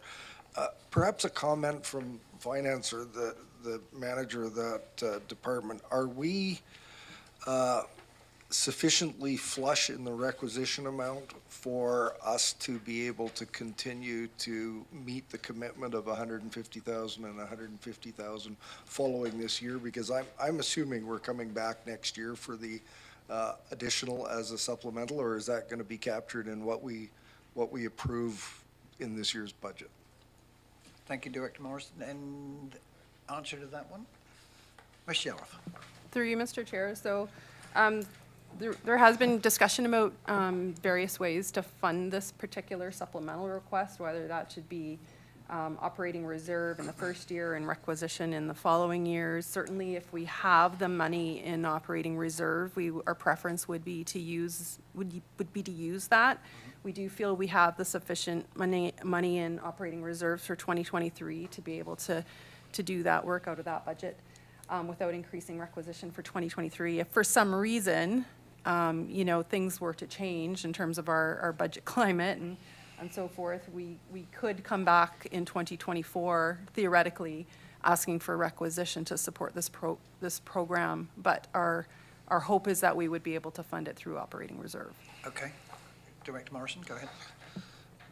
So understanding that, and I'm comfortable with the funding it out of operating reserve in this year, and I guess the approach that I'm looking for here is we're obviously requisitioning sufficient funds to cover all of our operations, and we are likely with a surplus at the end of the year, which is rolling into operating reserves, and hopefully we'll be in a position to fund year 2 and year 3. I just want to ensure that we don't do something like reduce requisition for this function and then make that not possible in the future. So if we do come back to you and say, can we reduce 325 a little bit, I just want to make sure that we're not putting at risk the ability for us to fund this through operating reserves in future years. That's all. Thank you, Mr. Chair. I think we're on relatively sound footing. If you have budget 325 in front of you, you would see that there is also a transfer of operating reserve from the operating reserve, sort of because we've got a fairly healthy operating reserve. There is a plan to move some of that into this year's core budget already. So this is in addition to that. It's an additional transfer from operating reserve. One of the unknowns that we do have is we're out for a request for proposals right now for our land management system. And we don't know what those numbers are going to come in at. We won't know for several weeks. So, but we feel fairly confident putting forward the supplemental that we're putting forward now. Thank you, Ms. Sherrill. Finished, Director Morrison? Good. Any further questions for Ms. Breen? So I'm going to ask for... I have a question. I'm sorry, I've missed your little hand there again, Director Nielsen. Go ahead. That's okay. I'm good at interrupting. I am really supportive of this and very supportive of keeping the momentum going on this project. It's a very important project. I am wondering, the next one that we're looking at is a planning coordinator. And so if if you don't receive extra staffing, is the money that you're asking for the local area plans going to be enough to keep the momentum going? Through the chair to Director Nicholson, the planning coordinator, which is number 15 following this, is instrumental to the development of this for the next 3 years. The planning coordinator request would be actually converting a temporary position. We have someone in that role right now into full-time permanent. Thank you. Okay. Clarify this temporary and permanent. Is there a limit where you have to convert a temporary to a full-time? Is there some kind of legislation or rule in place here? Mr. Chair, I'll just jump in and say this is an exempt position, so that rule wouldn't apply necessarily. Okay, good. Thank you very much. Any more discussion on this one? No, I see none. So if somebody would like to move that particular one. mover? There we go. Director Acton moving and Director Seagal is seconding. Any further discussion? Seeing none, call the question. All those in favour? Any opposed? None opposed. That one passes. That one's approved as well. I'm having technical difficulties, so lost. We see you. You're here. You're here. You might want to do a hard reset. I had to do it yesterday. Really? Yeah. Aaron says never do that. Just close it. Yeah, close it. Did you need to take a recess, Mr. Chair? Yeah, okay, let's do that and come back at 25 past 11, please. Did you want to talk about lunch? and see that Yeah, you I will. reconvene? Yeah.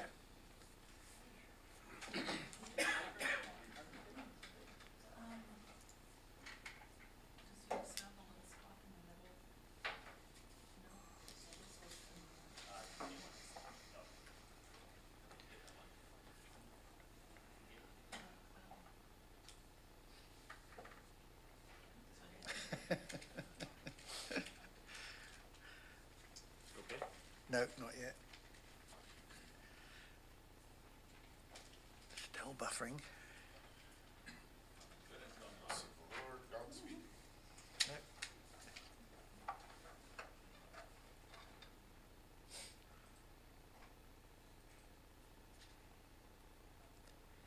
Isn't it quiet? It's lovely, isn't it? Kettle. Where's Sarah? She'll be back in a minute.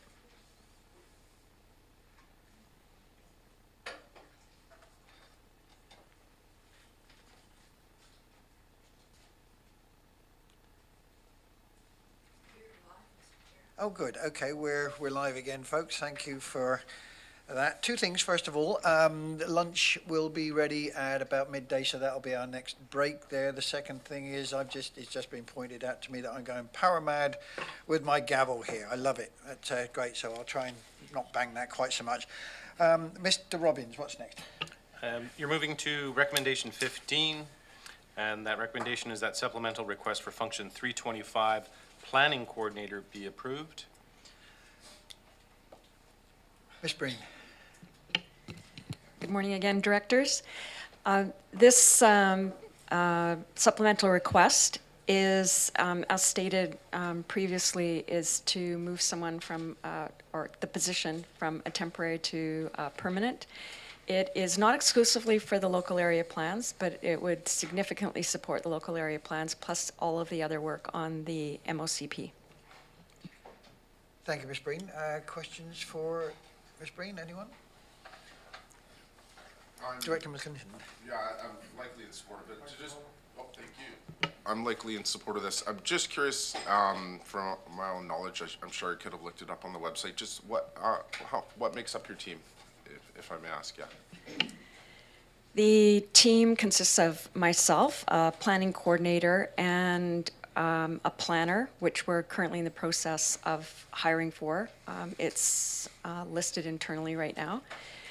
And then a team of experts and consultants, which includes GIS, communications, web development, policy support.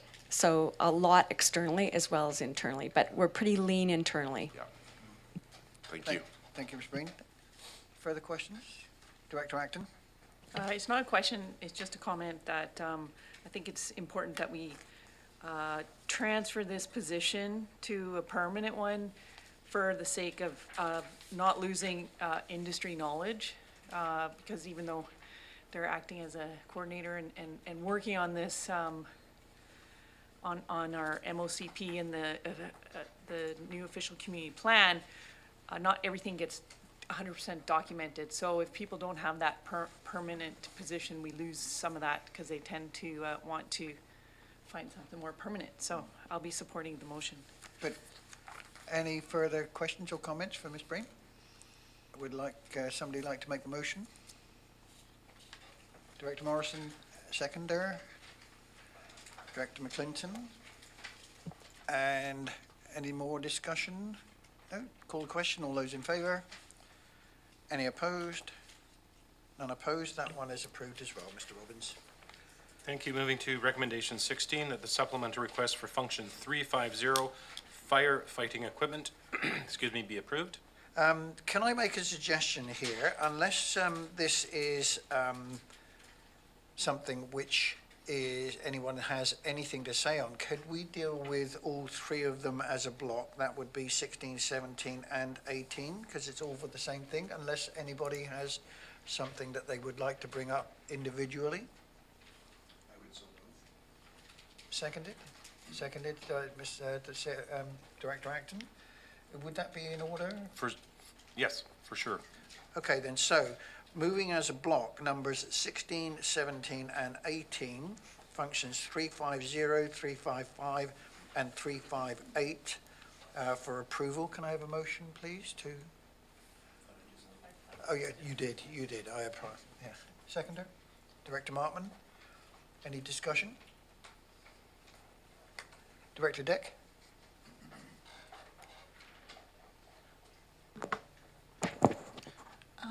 I'm just wondering if the grant that would take care of this has been applied for. I heard our fire chief say that he was applying for a grant. Would this grant be like assured? I don't know. Yes, these are grant related, and we do have a staff person on WebEx right now, Rob, who can speak to this item for you, Director Deck. Mr. Grant, I think, is it? Okay, go ahead. Through the chair to Director Deck, yes, these are granted applications for firefighting equipment, all three departments, UBO, Malahat, and North Oyster, and certainly won't have any impact on any requisition increase. Okay, that's good. So any more questions? Any more? No? Call the question. All those in favour? Any opposed? None opposed. Those three, 15, 16, and 17, 16, 17, 18 are approved as a block. Mr. Robbins? Recommendation 19 is that the supplemental request for function 576, utility vehicle new, be approved. Ms. Thompson, hello again. Hello, thank you. This is a new vehicle funded through operating reserves for a new previously approved operator position. So this vehicle is just required for that person to do their job. During COVID as well, we had to rent some vehicles, and so we don't have any additional vehicles that could be utilized for that position. Good, thank you. I've just been speaking during the break with Ms. Thompson, and they deal with, the engineering department has a huge amount of responsibilities, water, drainage, sewage, the whole thing that goes with it. And I think in this particular case, I'm completely in favour of this one going forward. So if I could, any more questions or discussion for while Ms. Thompson's there? I don't see any. Would somebody like to make the motion to approve? Director Morrison, seconded by Director Deck. Seconder. Yeah, Director Deck. There we go. So I'm going to call the question. All those in favour? Any opposed?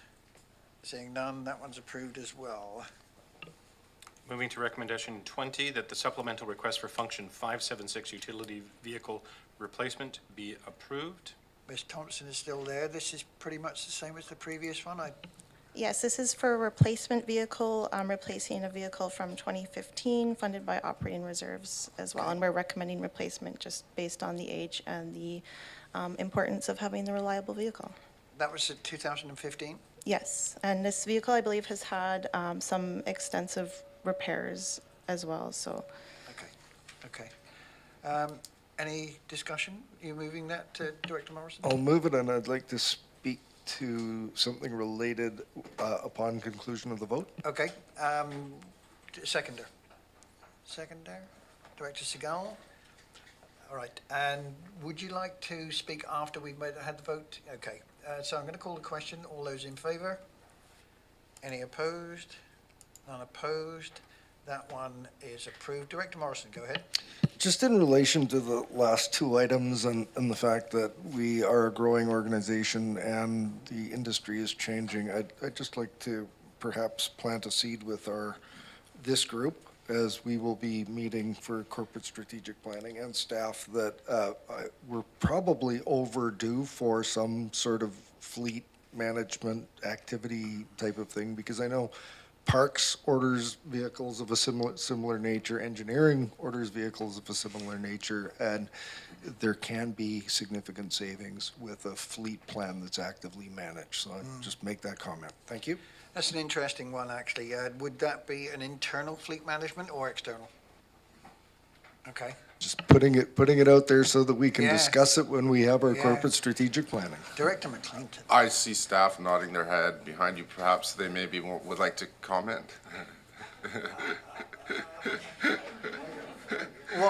What door have I opened here? No, happy to comment. Mr. Boyson. Yeah, thank you, Mr. Chair. So I think staff would agree wholeheartedly. I think we're, as looking over operations now, for my part, we see lots of opportunities there so asset management, as it's been building up, the part of that story is the fleet piece. And we're also still have that position that we're looking to hire that's supporting solid waste when it comes to repairing our vehicles. That was one of the initiatives to try to support our challenges we're having with our trucks. So that is going to feed into that discussion more. So we're happy to bring back more discussion about that, and we're definitely interested in Good stuff. making progress on that. Thank you, Mr. Boyson. Thank you. Director Nicholson. Oh, there we are. There's the little yellow hand. Go ahead, Director Nicholson. Right, so I would, thank you. I would like to add my 2 cents. I appreciate that Mr. Boyston's right on top of this, because we have talked about previously the need for a green fleet management plan, or green fleet strategy anyway. And it was interesting when I was at ABICC, I think it was last year or somewhere, we talked about there possibly being an opportunity to buy cooperatively with other jurisdictions, because the electric vehicle thing is hitting everyone, and certainly if we can bulk buy on electric vehicles, it might help lower the cost and improve delivery timelines. Anyway, thank you. Thank you, Director Nicholson. Yeah, that's a good point, actually. Some kind of sharing with our compatriots in Duncan or wherever. That's something that we could look into. Thank you for that. So on this particular one, then, we've taken the vote on that one. We've had the comments. Next, Mr. Robbins. Thank you, Mr. Chair. We're moving to recommendation 21, that supplemental request for function 613 DRW connection to City of Duncan be approved. Ms. Thompson, and DRW stands for? That would be the Dogwood Ridge Water System. Okay. Mr. Chair. So this is related to an item that we had yesterday, and this is just to assign $15,000 of gas tax funding in order to undertake some preliminary engineering to investigate the option of connecting the Dog Ridge Water System to the City of Duncan and prepare for a future potential grant application. Good, thank you. Questions? Moved, seconded. Any discussion? Seeing none, I call the question. All those in favour? Any opposed? None opposed. That one's approved. Mr. Robbins? Thank you, Mr. Chair. You're going into a section here, if I am correct, where staff have provided you unranked priorities.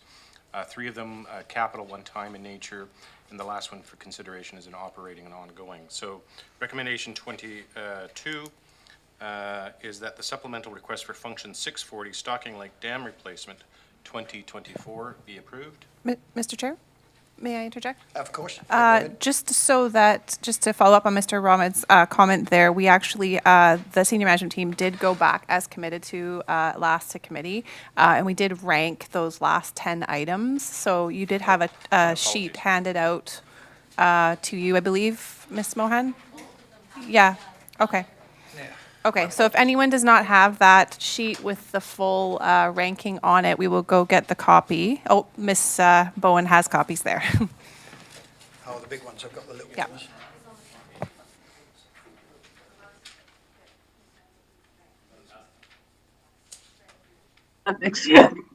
Excuse me, maybe you could just read the rankings out for these last few because I don't have that sheet.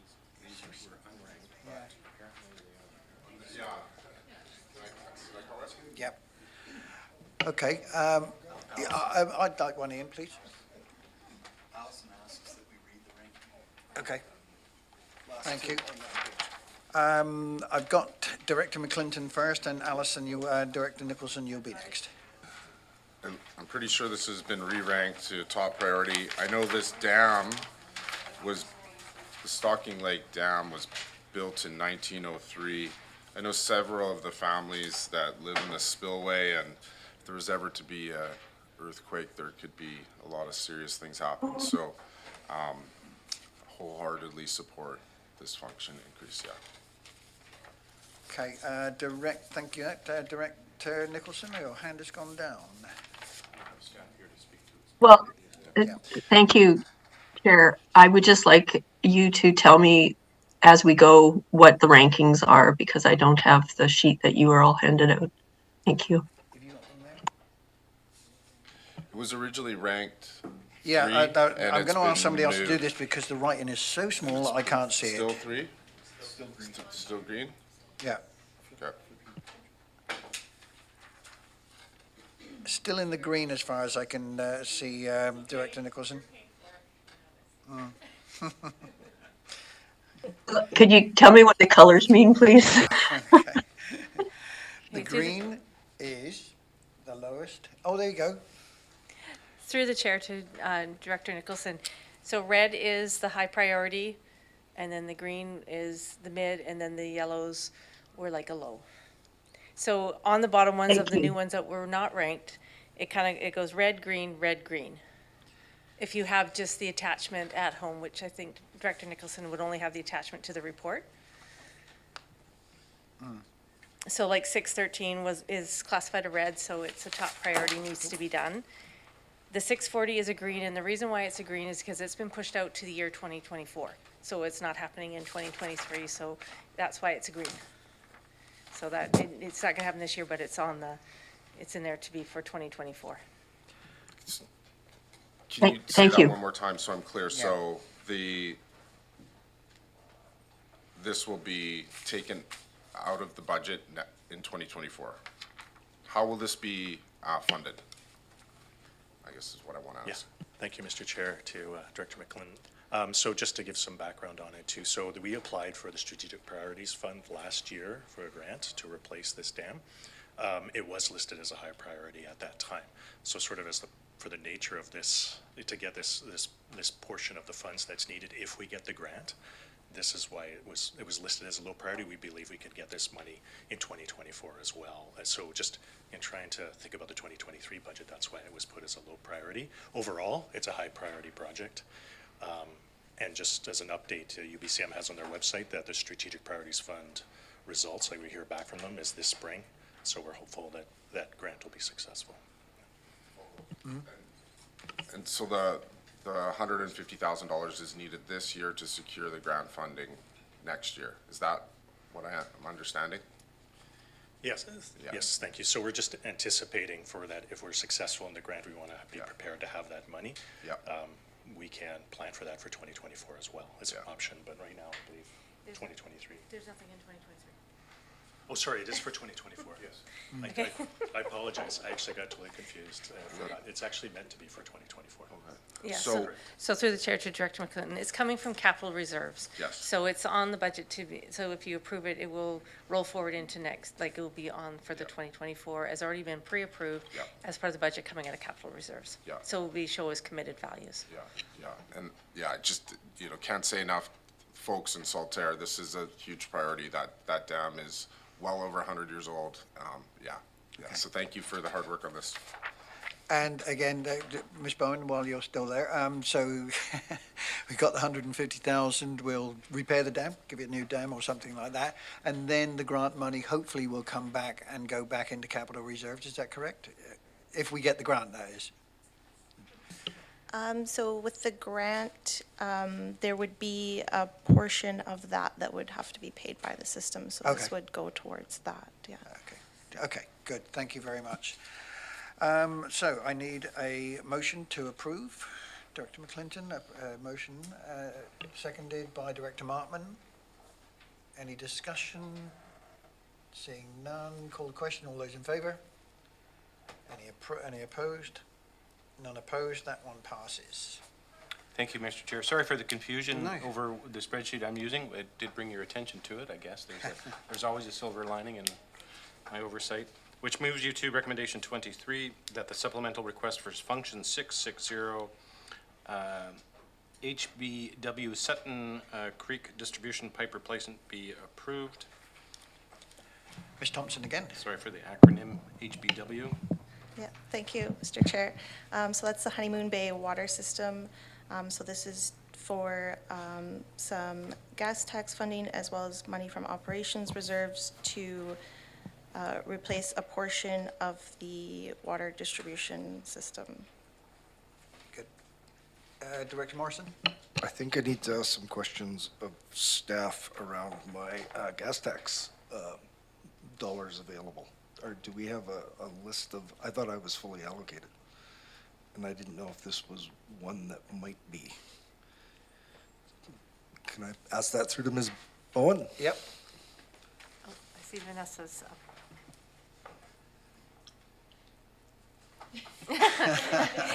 So through the chair to Director Morrison, I do not have that handy right at this moment, so we'd have to look into see. I know we were talking about this, but we haven't finalized it. Follow-up, if I could? Yeah, absolutely, go ahead. So, just so I understand this, this is a project of the old, the components were the old system, which was less than modern and effective service pipes and the likes, and we're spending a lot of money on repairing it. So it's, I think staff want to do it internally. It's putting new pipe in the ground. We do have what appears to be $50,000 available in reserve. So I'd be happy to approve this if we are fairly certain we've got the dollars, and I would like to proceed with it in 2023 if we can. So is that essentially where we're at on this? And we do have the dollars? Through the chair to the director, I believe this was for the critical portion of that work between the bridge and the road with the name that escapes me at this moment that we discussed. Yeah. Move the recommendation. Moved, seconded.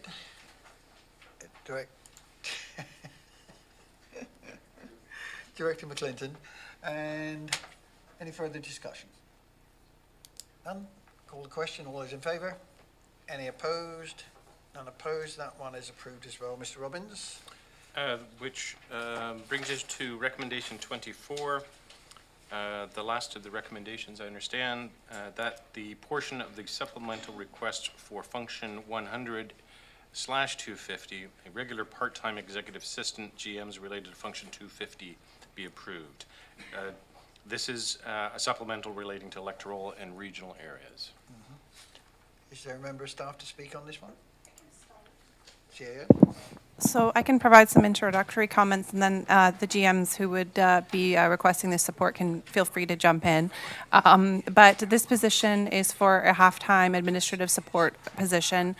Just to put this into context right now, 2 of our GMs do not have administrative support, and it definitely is a drain on productivity and resources. A lot of the needs for administrative support flow up to the executive office, and as you know, we're looking to backfill a position there, and we have a staff member working really hard part-time to try to fill the gap. So this is an ask as a supplemental that is rated as high priority because it really is support that is absolutely needed for day-to-day operations. The only other thing I'll add is we do have part-time funding already budgeted for to support 2 of the GMs, but we're still leaving 2 of the GMs out. So this is making us whole, so to speak. Director Acton? Thank you, Mr. Chair. Although, you know, I understand the importance and that there's a need. there's part of me that has some kind of like emotional thing here because we have, well, first, there are a few different things. A part-time person will become full-time, and we're talking 100,000 for just part-time, so that will double and it'll be full-time. And, but I guess I'm also kind of, we have 5 departments where we used to have 4, and it was not part of our strategic planning to have 5 departments. Like, I feel like we haven't done our strategic planning yet. I'm not sure, and we have a new CAO. So I guess I'm wondering if we're adding this position and there hasn't been a conversation of any kind of restructuring or, you know, what does the future of the CVRD look like as far as hierarchy goes? So it feels like this is a bit of a Band-Aid and, but a Band-Aid that's gonna grow. So I don't know, and we're always reluctant on positions, and then this is the first time we've heard of it as well. So I guess I'm just going on a gut here, but I guess it'll be further discussed at regionally. So we have a part-time person that's gonna help with half of that being electoral areas and then half of it regional. So I guess I'm not really understanding how it's going to support the communities overall. Thank you, Director Acton. Any staff comment? Ms. Mohan. Thank you, Mr. Chair. So this is a position that's envisioned to start off being part-time, partly because the 2 GMs who need the support, which is myself and Ms. Terrelf, have gone so long without any support that it's hard for us to envision that we might need actually a half-time person to support us, but all of our peers are telling us, no, you need support. So, so we compromised and said, well, why don't we hire a part-time person to support us and use them only as needed. So that was one of the conversations that we had. The position is co-funded between 250 and 100 because Anne's salary comes out of 250 or she has a separate area now, but she works in 250 and I work in 100. So that's how it is, why it's split between the two. The other thing to note is that this is not a line report position, i.e. this person is not a staff member for me in corporate services. It's not a staff member for Anne in land use services. It is a staff member that is in the executive office, which means that subject to the CAO's direction and the executive coordinator's direction, the workload amongst the executive assistants in the executive office is distributed according to need, which involves support for the CAO, support for other areas of the organization, and support for electoral area services. So it's a general, even though it's been added to the budget in order to provide needed administrative support for GMs, it is being added in a way that gives it some flexibility for generalized support. So. Director Morrison. Thank you, Mr. Chair. So this isn't a tough one for me in that we've got some highly effective, highly skilled people that are doing activities that keep them from using their best skills. And they should be supported to be freed up to provide the active management that we pay them for. And I think this on the surface makes complete sense to me. And I'm not going to muddy the waters too much here, but I'm going to bring in the notion that it's now becoming a practice amongst other regional districts to provide that exact same kind of support to electoral area directors. And currently we have a degree of support with certain staff in the executive department, and they aren't full-time. But I'm gonna raise this question for discussion at corporate strategic planning because we can be a whole bunch more effective for exactly the same reasons. If we are freed up of some of the things that we are required to do as directors, but are engaged in a whole bunch of minor details that we could be freed up to do. And I think that's the request here, is that, you know, these general managers need to manage and need to be on top of an awful lot of things. And I think that the intent of this makes a lot of sense to me. I can support this initially, as long as we're going to have a discussion with our CAO at Corporate Strategic Planning around how this organization looks going forward, and whether or not the electoral area directors might be able to tap into some sort of support like this. That's all. Thanks. Thank you, Director Morrison. I see Director Nicholson on there. I'm going to insert myself here. I'm always very worried about taking on more staff, and I understand the rationale, I do. But, you know, growing again, I have some concerns about this one, which I think Director Morrison has brought up as well. We need to talk about this more, strategic planning, and the same as Director Acton has said. Director Nicholson.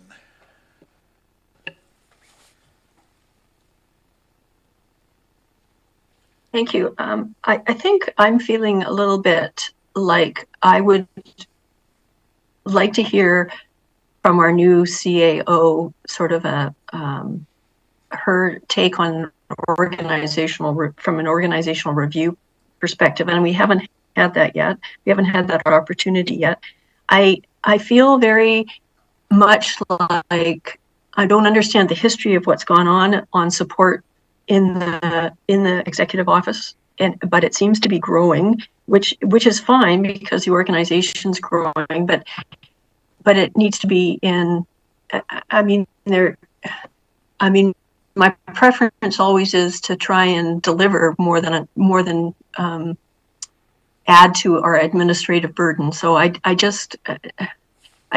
get people need support, and if it can truly increase efficiency, and that's the best way to do it. But I haven't seen I haven't seen a clear rationale that that's the case for this. So I'm wondering if maybe it's a little bit premature. That's all. Of course, yeah. Okay. Go ahead. Okay. So in response to Director Nicholson's comment and concern, totally recognize that, and it's kind of where things come in sequence. I mean, we have strategic planning starting soon.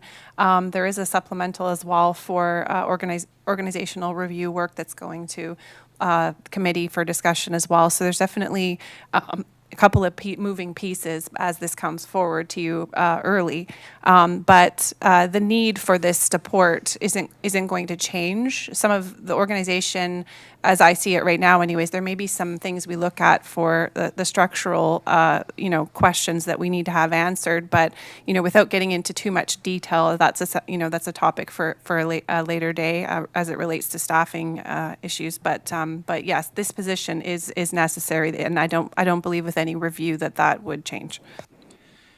Yeah, thank you, Ms. Malthouse.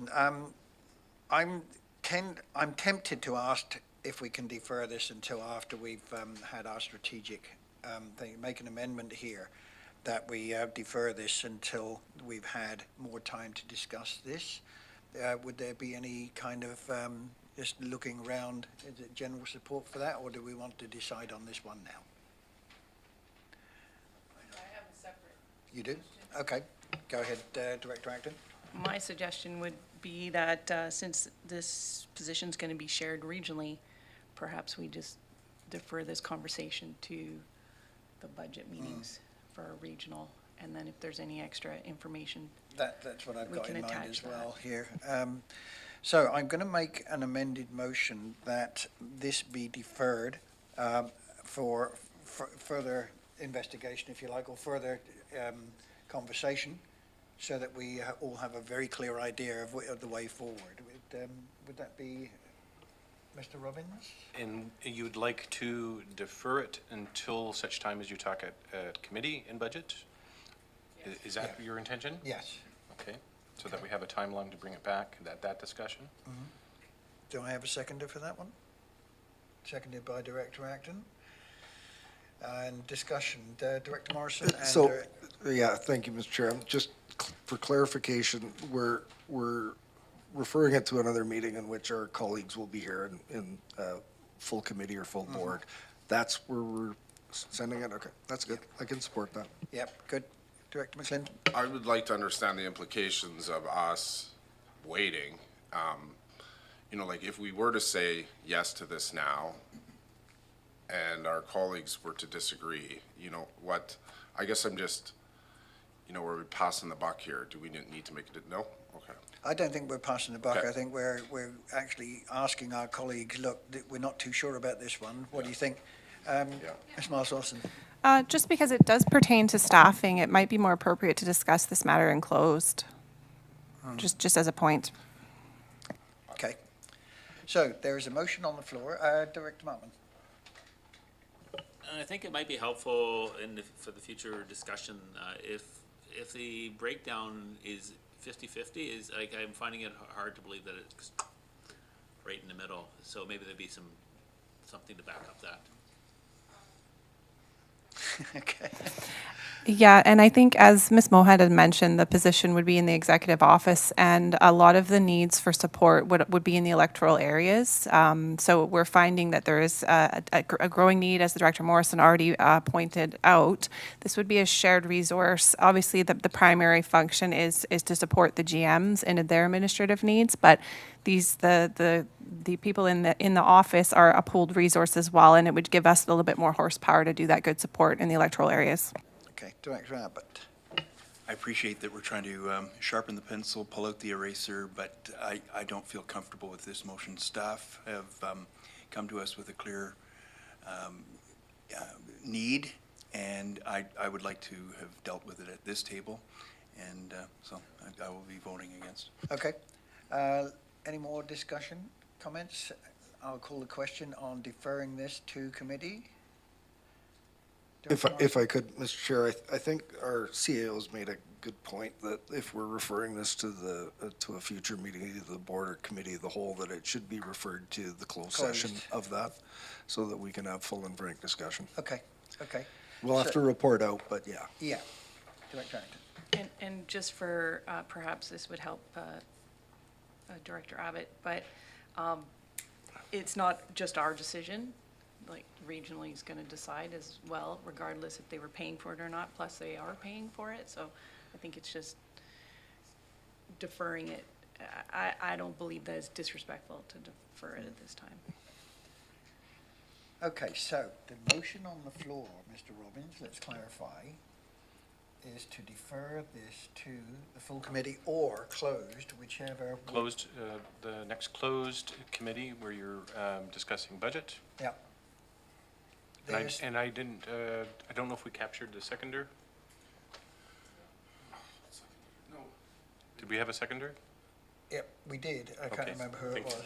It was you. Yep, It was okay, Director. sorry. Yeah, Director Thank you. Acton. Okay, so any more discussion on this one? No? I'm going to call the question. All those in favour? Opposed, if any? Opposed again, please? Opposed, Director Abbott? Thank you. Okay, that is approved. Folks, I know we said we were going to break at midday for lunch, but we've only got a little bit left. Let's finish off the meeting. Hopefully this will only take another 10 or 15 minutes, and then we can go for lunch. How's that? Oh, it's out there. It's out there. Yeah, I'll pay for it. Mr. Robbins. I'm not sure if staff were ready to talk about from yesterday, R9 F20. There was a deferred item, which was at the Function A20 Eagle Heights Sewer System. Director Nicholson, we were looking for the wording that Director Nicholson wanted to put forward with regards to increasing requisition and then moving those funds into reserve.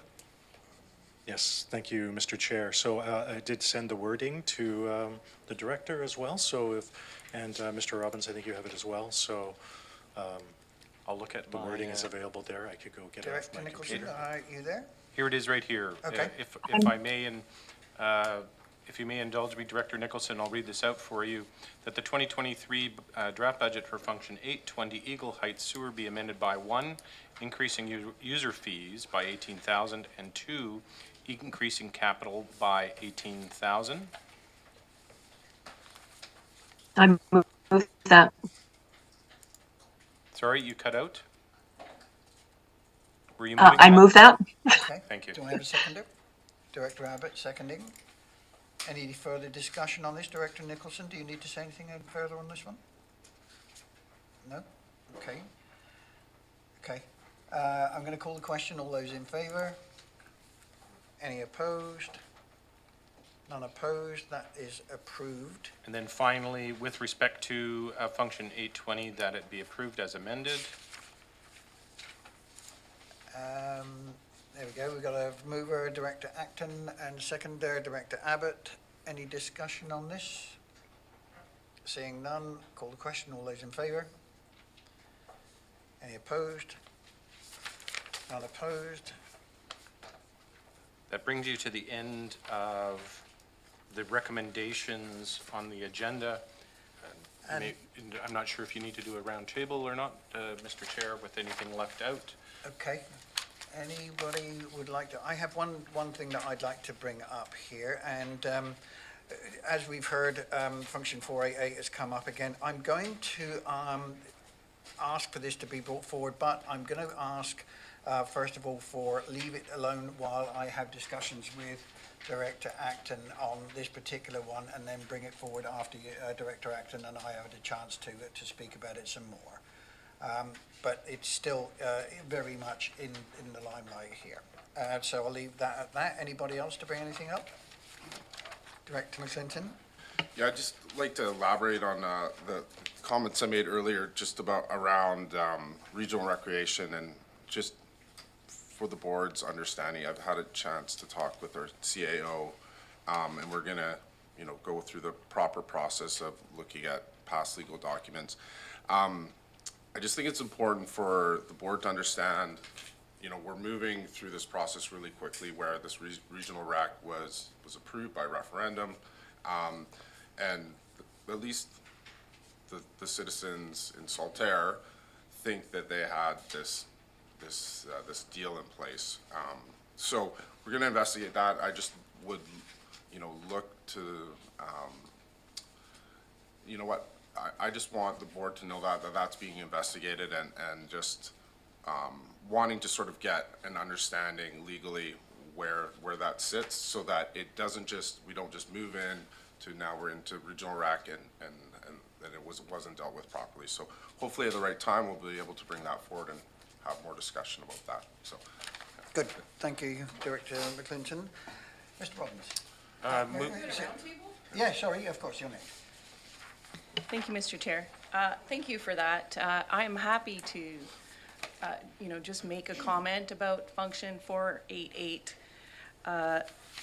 So, I know these types of decisions are really hard sometimes, and we're put in a position with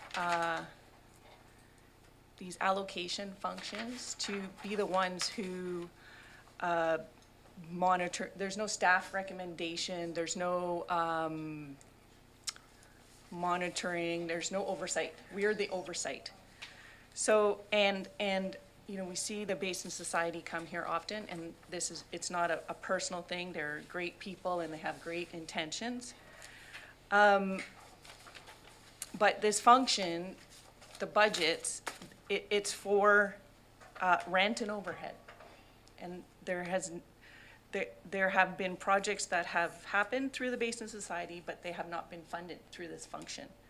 There's been $10,000 last year through the watershed function, and there was $15,000 in water testing done, and that was not put through this function. So some projects are happening. This has been an election issue for 3 elections, and the community has said they don't want to fund an office and overhead. And unfortunately, we're put in the position to monitor this budget. So I'm happy to, I've offered up an alternative to the Basin Society. If they want to discuss other alternatives, I'm open to that. But at the moment, the community has said really loud and clear, they do not want to fund rent in a commercial space and overhead. And it has come to the board multiple times, and the board has also agreed to that. So, yeah, and I know it's tough. Anyway, thank you. Thank you, Director Acton. Any more on the round table? Director Morrison. Yeah, thank you, Mr. Chair. And I'm going to go to procedure here because I'm feeling really uncomfortable sitting here. We have policy and procedure for approved agendas, approved discussion of items. I had no idea that we'd be having any sort of discussion or comments about Function 488 or the salt air situation, which should be at least Committee of the Whole. And we should be cognizant of the fact that, local governments get into trouble when they throw stuff on the agenda and fly by the seat of their pants. So I'm going to suggest that we have to be very diligent about adding new business items during the course of a meeting, because I wasn't prepared for any of the discussion. I don't know if Director Acton felt that, a little pressure to discuss something that none of us had any prior knowledge would be here today. So just raising that as an issue, it helps us all to stick to the information that's on agendas and not by adding things. So just raise that as a concern, and thank you. Yep, good, thank you, good point. Mr. Robbins. And Mr. Chair, if I might add, a good tool that you have in your arsenal is a notice of motion as well that you can bring forward. And that gives the opportunity for everybody around the table an opportunity to understand what you're doing, and then you bring your notice forward for a discussion after you've tabled your notice. Good. Any more comments? Looking down at the little screen there, nothing there. Moving on then. We move to Section 4, question period in your agenda. We have no one online, and you might have a question. Mr. Evans. Mr. Chair, reference function 488. I believe this is a bylaw, and a director or a professional marketer, brander, cannot say that this was an election issue. This is a bylaw. There are procedures. If Director Acton wants to make this an election issue, then it has to be announced. Yeah, I'm going to ask you, please, Mr. Evans, do you have a question? And I understand there is a lead up, but if we could get to the question, please. Will you please put function 488 on the agenda so we can have a discussion? And we would appreciate that. We really, really need to look after the environment and the water, and it has effects on the people, the fauna, the flora, and we really need this. If we see water flowing down a creek and it doesn't look the right color, or it could even be the right color, but we smell it, we need to have the money to do water tests like right now, so we can follow up, and we can follow up by going up the river and doing tests. We can find exactly where that contamination is coming from. We have a contaminated site up on Stebbins Road right now, and we keep an eye on that all the time. We have meetings with the major... Mr. Evans, could I'm sorry to interrupt you again. Right. But basically the question is, can we bring 488 onto the agenda in the future? Yes, please, Mr. Chair. Yeah, and I'm sure I'll take advice on this from Mr. Robbins and from staff, and we will get back to you. Thank you very much, Mr. Chair, and you did a great job again today. Thank you. Thank you. Mr. Chair, without any more business, then a motion to adjourn. Move to adjourn. Director Abbott, seconded by Director Morrison. All those in favour? Motion approved.